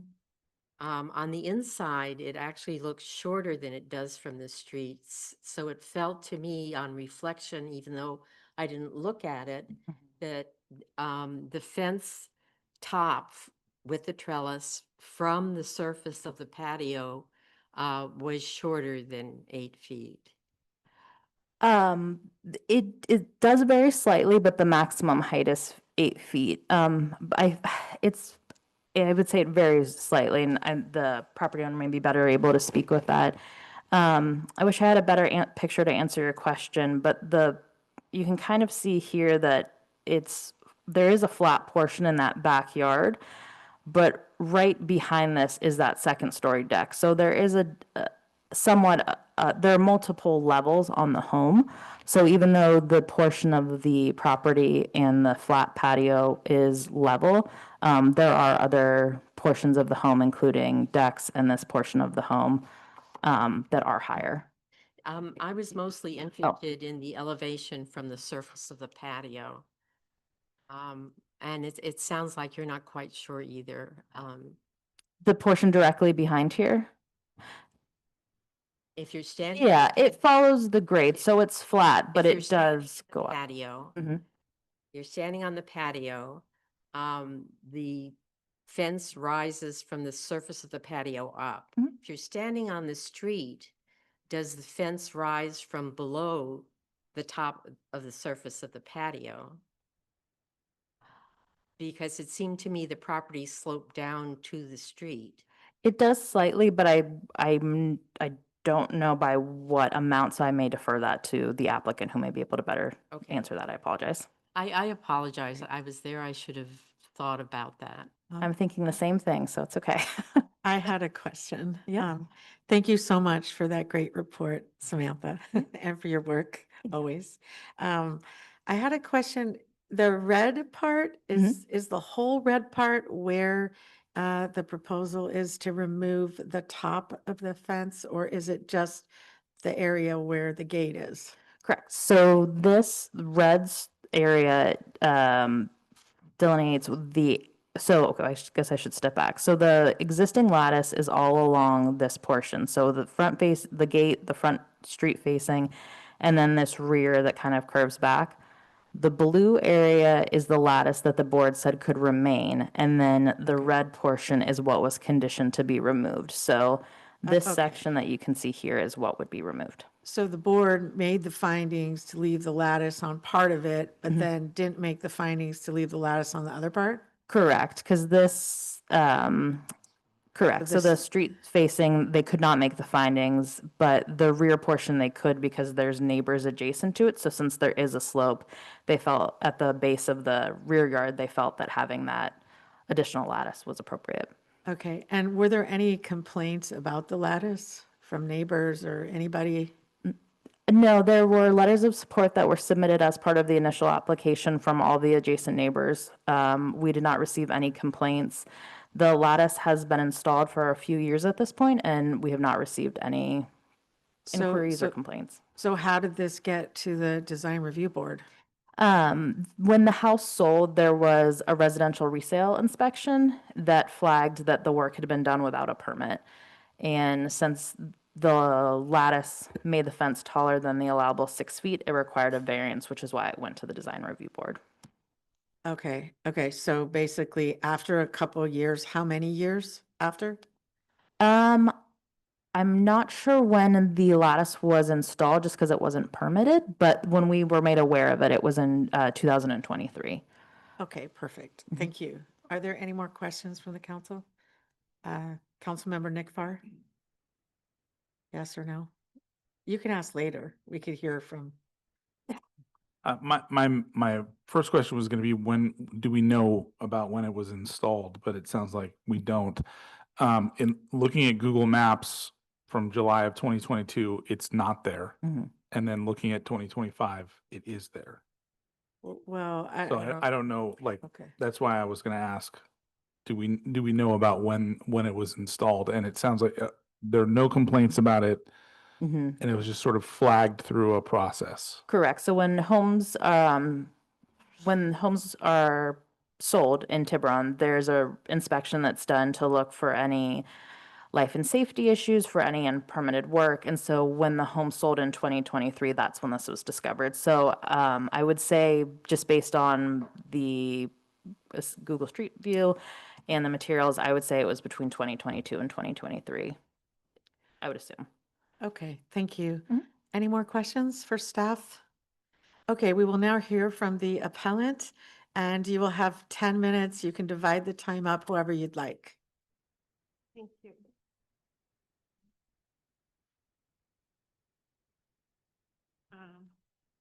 Madam Mayor and Town Council and staff, thank you so much for letting me make this presentation. So the reason for appeal is here that I feel there is some slight misjudgment and some evidence that I have the application included that we're not taking into consideration. This street is a very unusual street. It has an extreme topography in Old Town. All the lots are very narrow and long. It was established back by the county. It was established over 125 years ago. Many of the houses on this lane were built in between 1901 and 1904. There's a unanimous support from the entire neighborhood. Everyone has submitted letters, and several people from the street are here today.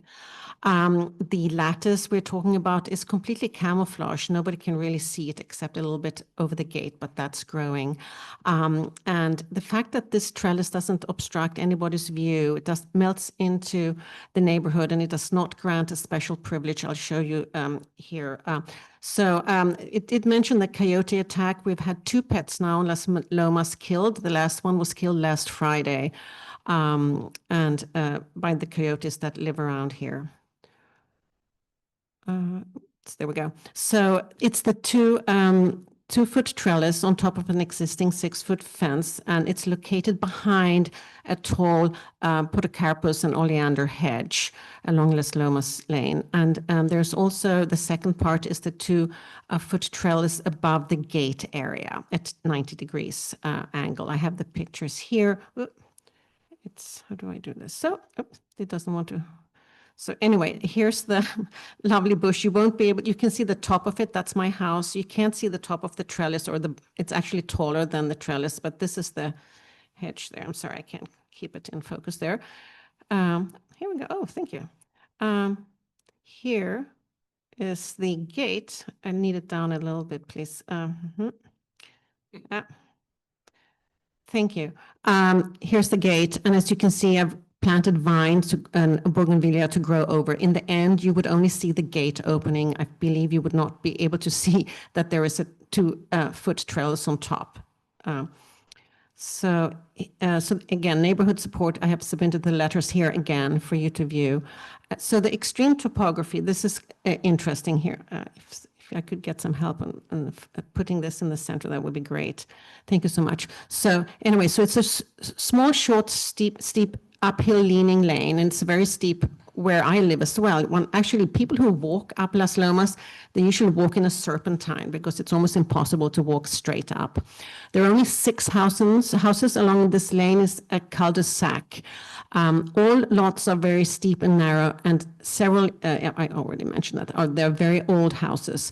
So because of this unusual topography and old history, all the neighbors on Las Lomas Lane have very tall fences, tall hedges, and tall retaining walls, just due to the steepness of the hill, to keep the soil up. Also, there are public steps at the end of Las Lomas that have the public walk by and walk up these steps. And they actually, when they walk up these steps, and when they walk down, I should say, they can see straight into my backyard from that top. It's above at the end. I'm going to show pictures of that. Let's see here. So this is uphill for me. This is the property you can see. Here's a pointer here. Here's a car, so you can see the difference here. This is a very tall wall and some more walls here and hedges. And of course, this has to be here. Otherwise, all the soil would come down. Here are the steps that go up to Central West. And this is the cul-de-sac. That's where the street ends. And this is my property here. Also the other. Here we go. Here is the property opposite me, just opposite the oleander hedge. And here you can see how very tall the retaining walls are. And then there is a railing at the very top. And if you could please note this railing, it will come up in a few more pictures here. Here are the pictures of the coyote on top of the, here is that hill, and it's going up there to have a little look down into my backyard. And here, the architect who drew this, Tyler Shelton, is here today if you have any questions about this. But this is the house on top. This is Central West up here. Las Lomas is down here. This is my property. The garage, kitchen, living room, bedroom, and this is an ADU. They have a direct view straight into my property. If there is a 6-foot fence only, they see about 75% here of my my back patio. But if the fence comes up just 2 feet here, at least half of it will be private. So it does make a difference from here. This is an ADU. Anybody can live here and look in. And here, of course, the higher you get, the more views you have for anyone who comes here and views. It's not very private for me. This has been under construction for several years as well. So there have been lots of construction workers going up and down here. Looking. Here is the view from the ADU, which is the lowest level on my neighbor's property. So here's that fence again that you recall from the coyote and from the retaining wall. This is my back patio here. You can see straight in here. You can actually see the lattice a little bit. Can you see that that's the top, the 2 feet? So you can imagine if one takes that down and I don't have anything that can hold everything up, you would see more in there. So the height on the inside is much lower than the outside. And the reason is that the fence follows the road. So it goes steep down like that. Whereas on the inside, it's leveled. So it's leveled for my backyard to be leveled, but it's also it also has that retaining wall to prevent soil from coming down on the neighbors. So everyone who lives on this steep hill has to have retaining walls. However, my fence is not on top of the retaining wall. It's kind of following the road. I'm going to show this here in the next picture. This is the inside. If you can see, this is all leveled here. And up here, you would have a 6-foot fence. But down here, when you stand here, it's only 3'9". So when I stand down here, down by the neighbor, it's 3'7". But up here, 3'9". So here, I could stand and greet everyone who's walking up Las Lomas. It would come here to my chest. This is a public walkway up the steps, so that's not very safe. I could stand there and just pet the coyotes. Here, it's from the inside. Oops. Oh, may I have a little assistance just to get this up a little bit? I want to show. Thank you so much, whoever is magically doing this. Here is from the inside. This is the gate. This is the trellis. Here is the cul-de-sac. All trucks, delivery trucks, workmen, garbage trucks, they come here, they turn around, they turn around there and they look down on me. And the coyotes look down on my dog. And here, this is a little, the steps go up here to Central West, and here is kind of a flat gangway that kind of connects these steps with the rest of the steps. So anyone who comes down stops here and says, "Oh, what a beautiful view," and looks straight in here. It's very uncomfortable. So the coyote attacks, I should mention, we have had 2 pets killed on Las Lomas Lane, belonging to residents on Las Lomas Lane. It's known that they easily jump 6 feet, but 8 feet would be a deterrent. I cannot take my small dog out anymore in the street even. I only let her be inside these 8 foot fences. The last pet was killed last Friday. This is the bigger of the 2 coyotes. This is looking downhill. The whole street is very steep, but there's one property below me. Here's the coyote. It's a big male, it looks like. Here is a cut from the ARC. If I can get it down here, it says it's just September 10, 2025. We have 2 coyotes jumping a 6-foot fence, trying to attack a 75-pound Labrador.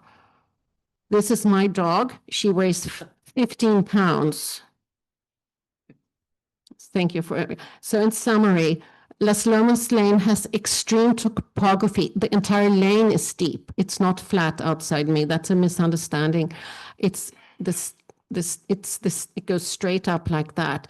And all the lots have very unusual configurations. All neighbors have very tall retaining walls and fences due to the steepness of the hill. So this would not be a special privilege if I had to have a 2-foot trellis. The entire neighborhood is unanimous in the support.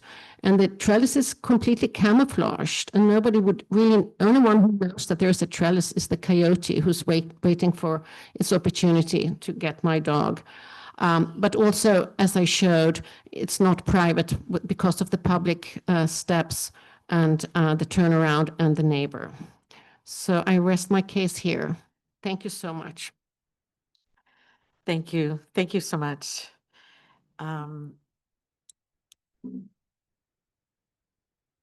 Thank you. Are there any questions from the council? No. Okay, so now I believe we have a 3 minutes of, we now have public comment.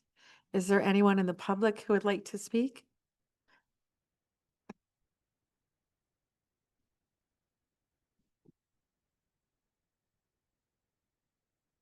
Okay, thank you. I enjoy sitting down while speaking. This never happened before. Yes, we have a coyote problem. And I kind of laughed about it until a month ago.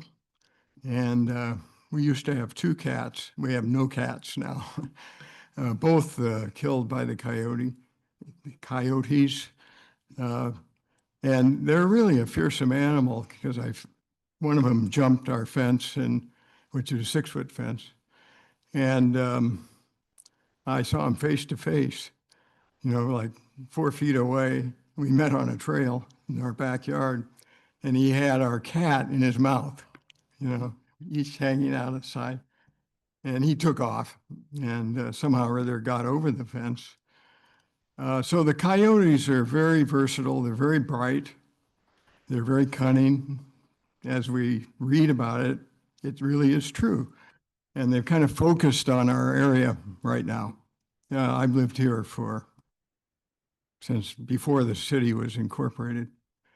And we haven't had this serious problem that we have right now with coyotes. And so anyway, I think it's certainly warranted to have a few exceptions on the fences to keep the coyotes out, particularly if you have pets and want to keep them alive.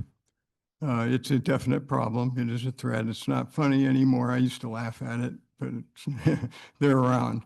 And I've seen them face to face, and they're tough animals, and they're very, very bright.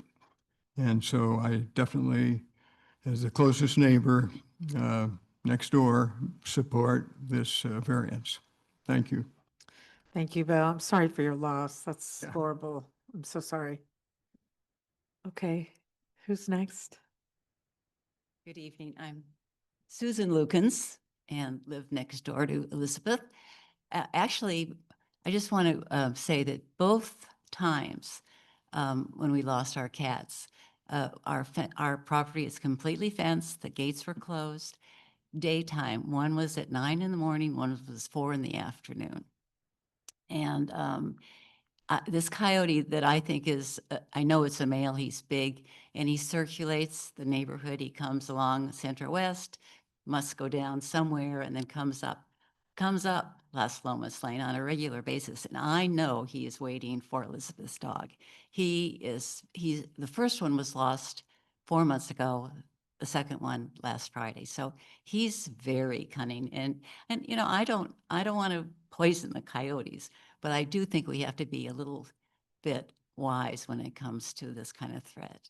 So thank you. Oh, and just one more thing. Our street is steep. I don't see any flatness there, but you know, it is a very steep street. Thank you. I'm so sorry. Is there more public comment? Anyone else? You can speak if you want. The architect, I've had a, but I don't want to impose on the 10-minute allotted time. no. But I can sort of get to the crux of the issue. If it's okay if I speak. I'll turn that to our town attorney. I'm sorry, I didn't catch who you were. Tyler Schultz. So you're with the applicant? I am with the applicant. So it's at the mayor's discretion whether he wants the applicant, allow the applicant to give public comment. Yeah, you can speak. You can speak. Yeah. Just You have three minutes. You see that site plan has the colored border. On here. I don't know. Oh, maybe you're quicker. Oh. Yeah, I think the whole issue is right there at the red line. And the design review board, I mean, they did a really good job deliberating everything. It's not that they weren't thoughtful. I saw them on video and they were really working hard to resolve the thing. But the issue, as I see it, is not the neighbors over where the number 3 is, where the blue is. It's across the street at 151, where we saw that site section. I mean, their living room terrace is the equivalent of a 5-story building across the street. And that one photograph, you can see, you look straight down into the backyard. So I think the issue here, coyotes aside, is privacy. And it's a small, narrow little lot. It only has this one little spot that's their backyard. And I don't think it's unreasonable to have a slightly higher fence under these circumstances. And I think that issue alone would make the findings of finding number 1, that it's, you know, it's a unique and unusual situation. It's not unreasonable. She only has that one area to enjoy, and privacy there is very limited. Not just from this direction, but also from this direction, the other house up the hill. Okay. And she also has universal support from everyone in the neighborhood, with the exception of a few coyotes. But there have been no complaints, and everyone is, Okay. you know, is quite happy with Thank this you. anyway. That's all. Thank you so much. Okay, so at this point, I'm bringing it back to the council. Technically, the appellant has 3-minute rebuttal after the public comment. Okay, the appellant may take 3 more minutes. You don't have to.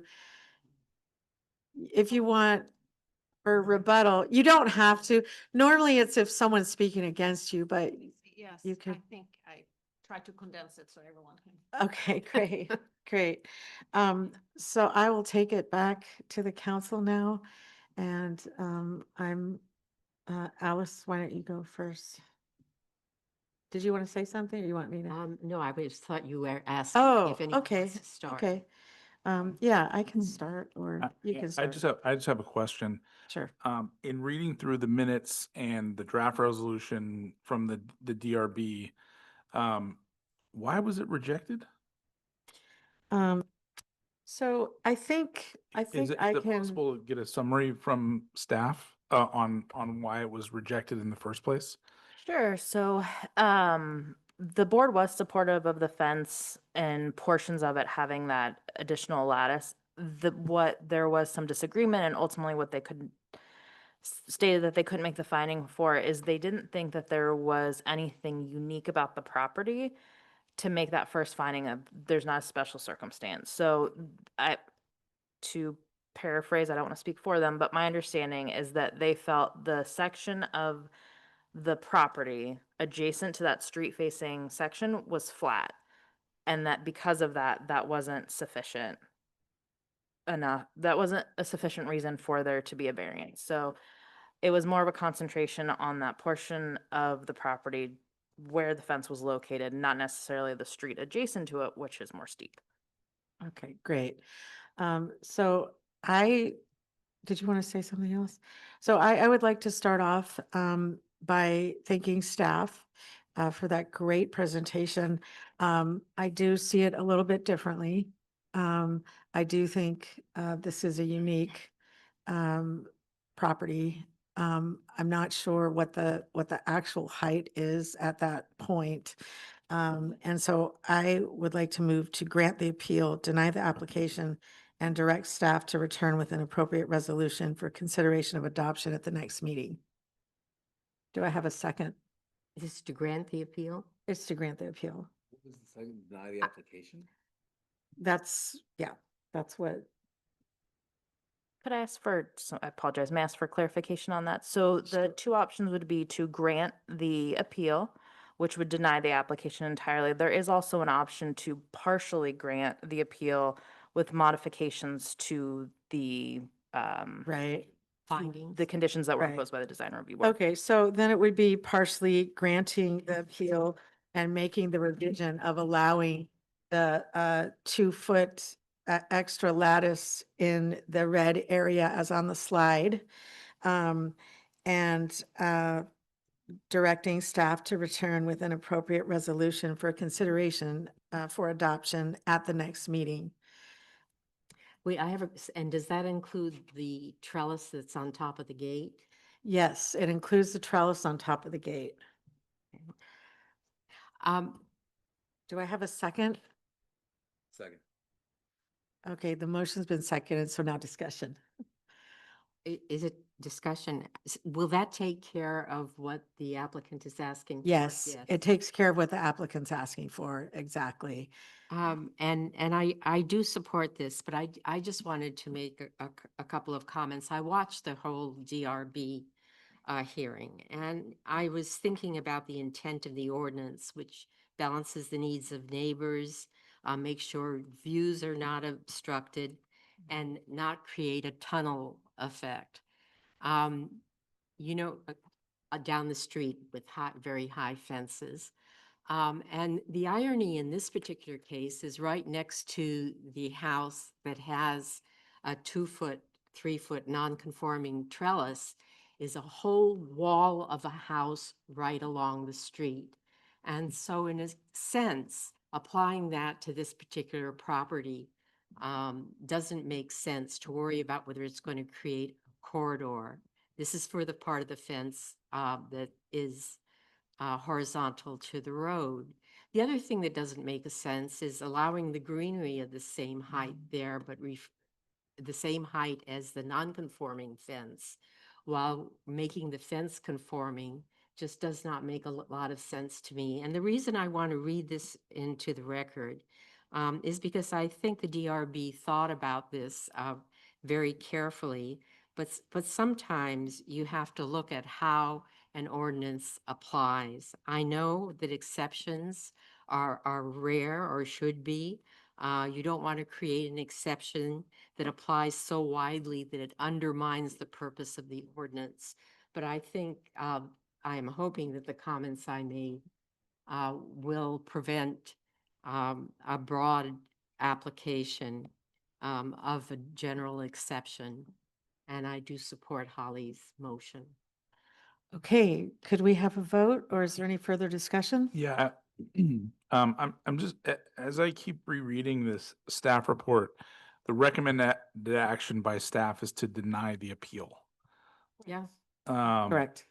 Is there additional rationale aside from that's what the DRB recommended, or is that it? Excuse me. Sorry, Interim Director Toft. Yeah, largely the rationale supporting the recommendation and the decision of the Design Review Board. They did weigh the matter, and I would I would offer, I think the appellant has made a more strongly compelling case regarding the application for the variance than initially. In fact, staff had initially recommended approval and provided the resolution to do that. And I think the location along the street, as indicated by Councilmember Fredericks, was kind of what made them trigger a sort of a deeper consideration on the variance findings. Variance findings are typically fairly difficult findings to make. They're not necessarily tailored for these types of situations. So I guess that's where I would say, to answer your question, largely we support the decisions of the Design Review Board, but certainly there is some compelling, and I think we should have adequate information from the discussion and the presentation to provide you a resolution supporting those variance findings. Okay, great. Thank you. Holly, can I just make one more? Sure. And this is for discussion. And then I for think the Jack council. wanted to say something. Okay. Pardon? Sure, go ahead. Whether or not we're approving this, it sounds like, the variance, but at some point, are we interested in giving direction to staff to include safety considerations in variances? Because if we do it at this point, she doesn't have to come back anyway. And yeah, I leave Okay. it up to you all. Okay, I think you had a comment? The only thing I want to say is I really I love geometry, and I appreciate you bringing geometry into this with your diagrams, because that really highlights how the topography beyond just the borders of the property really matters, right? So I really appreciate that. Thank you. Okay, you get an A in geometry, Jack. Okay, so let's call for the vote. Councilmember Fredericks, Yes. Councilmember Nick Farr, Can you skip me and come back to me, please? Councilmember Ryan, Yes. Vice Mayor Wellner, Yes. Mayor Thier, Yes. and Councilmember Nick Farr. You can, No. okay, well, so it passes, and, thank you for coming. So you can keep your, yes, thank you. And the meeting is adjourned. We have one other item, Mayor. What do we have? The report from the Greenwood ad hoc. Oh my God, I'm so sorry. I'm so sorry. Okay, we now have a report on the Greenwood Beach Road. So sorry, you guys. You want to tag team it? Yeah, you want me to go first? You're probably just All right. numb from cold. Oh, it's freezing. All right, should we go? Yeah, please. All right, so both members of the Greenwood Beach Cove Road Safety Subcommittee are here. Both Councilmember Ryan and I met with residents separately on 2 different dates of the Greenwood Beach Road and Greenwood Cove Drive. Hopefully I got that right. Neighborhood. And also did a separate walkthrough on weekend mornings when there was heavy traffic, and worked to, I think, kind of consensus between the two of us that there are concerns with the safety on the road. Heard from the neighbors again separately about their concerns with the road, and I don't want to hog the mic, but Jack, you probably have some comments too, but my thoughts were that I think in the original creation of the subcommittee was to separate this from the Tiburon Boulevard Caltrans discussion, and to address the safety concerns sooner rather than later. And meet with the neighborhood again sooner rather than later, and to hopefully make some sort of progress around that, those safety concerns again sooner rather than later. My own findings were that there is a heavy amount of bicycle traffic. Walking that on my own, especially the last, I think, 4 or 5 homes coming into coming down, I guess, east into Blackie's pasture. There's a significant downhill slope, and bikes come whipping through there very, very fast. So I think, thinking about some sort of speed mitigation signage, something like that would be beneficial. One other area of information that I wasn't aware of is that at some point long ago, you could drive straight down Greenwood Beach Cove Road and Greenwood Beach Road, Greenwood Cove Drive, straight into the Blackie's pasture parking lot. And at some point, I think this neighborhood moved the town to remove that driving access to make it the only accessible way in and out of that parking lot was by bike or pedestrian. So I think, they're sort of, I think, seeking some additional safety concerns. It is not a thoroughfare for cars anymore, but it is still a thoroughfare for bikes and for pedestrians. So I think those, I'll sort of sum up my comments there. And then Councilmember Ryan, if you have some things you want to say. No, I would just add that, I think we're consistent in our observations and what, obviously we are undertaking a traffic study and we have a traffic consultant and who's an expert in the field as part of that. And so Greg and David Eshu mentioned that we can hire them for a de minimis add-on after the traffic study to offer some recommendations as to what we can do. So he has talked to Parisi about that, and I think we're going to go ahead with that. And it's some de minimis amount. It'll take a few weeks, I think. And then we can get some recommendations and help these people out with some That's bike great. improvements. Thank you so much. Thank you for that report. And now we are adjourned. Mayor, we have public comment Oh, on that public item. comment. I'm so sorry. Stay now. Oh, my gosh. Why not? Nancy Peterson, I live on Greenwood Beach Road and, Yes. just want to say we really appreciate that Jack and Isaac both came out and looked at the situation. I'm not sure we would entirely agree on what the solutions could be. So, I mean, I think that's an agree to disagree, but I want to emphasize a couple of things. On the big picture level, we understand that phase 2 of the Caltrans project will include bike lanes on Tiburon Boulevard and the appropriate improvements that need to be done to ensure that the school buses and other buses can still stop along there.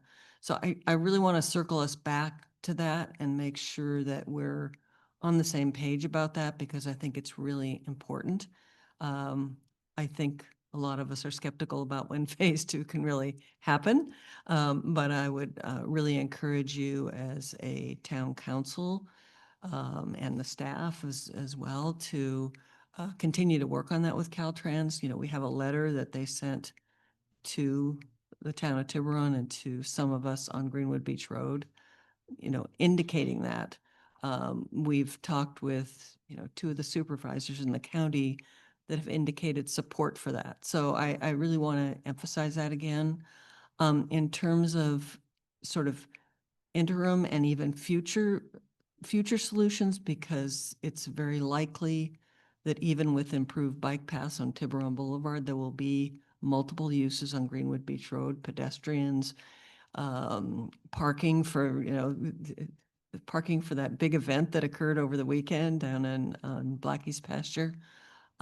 So I really encourage you to think about those things, but to also keep in a sense, our eyes on what we think is a better long-term solution. If we really care about, earlier you were talking about future vision around tobacco products. And I was here, I was kind of glad that I was here for that conversation because it is a very visionary statement. And I think we can also as a community really envision a future that uses different kinds of transportation, more bike riding, more people walking. This isn't just an issue for our neighborhood, it's an issue for the community of how people access it, how people get around, how people enjoy where we live, that we're so privileged to be here.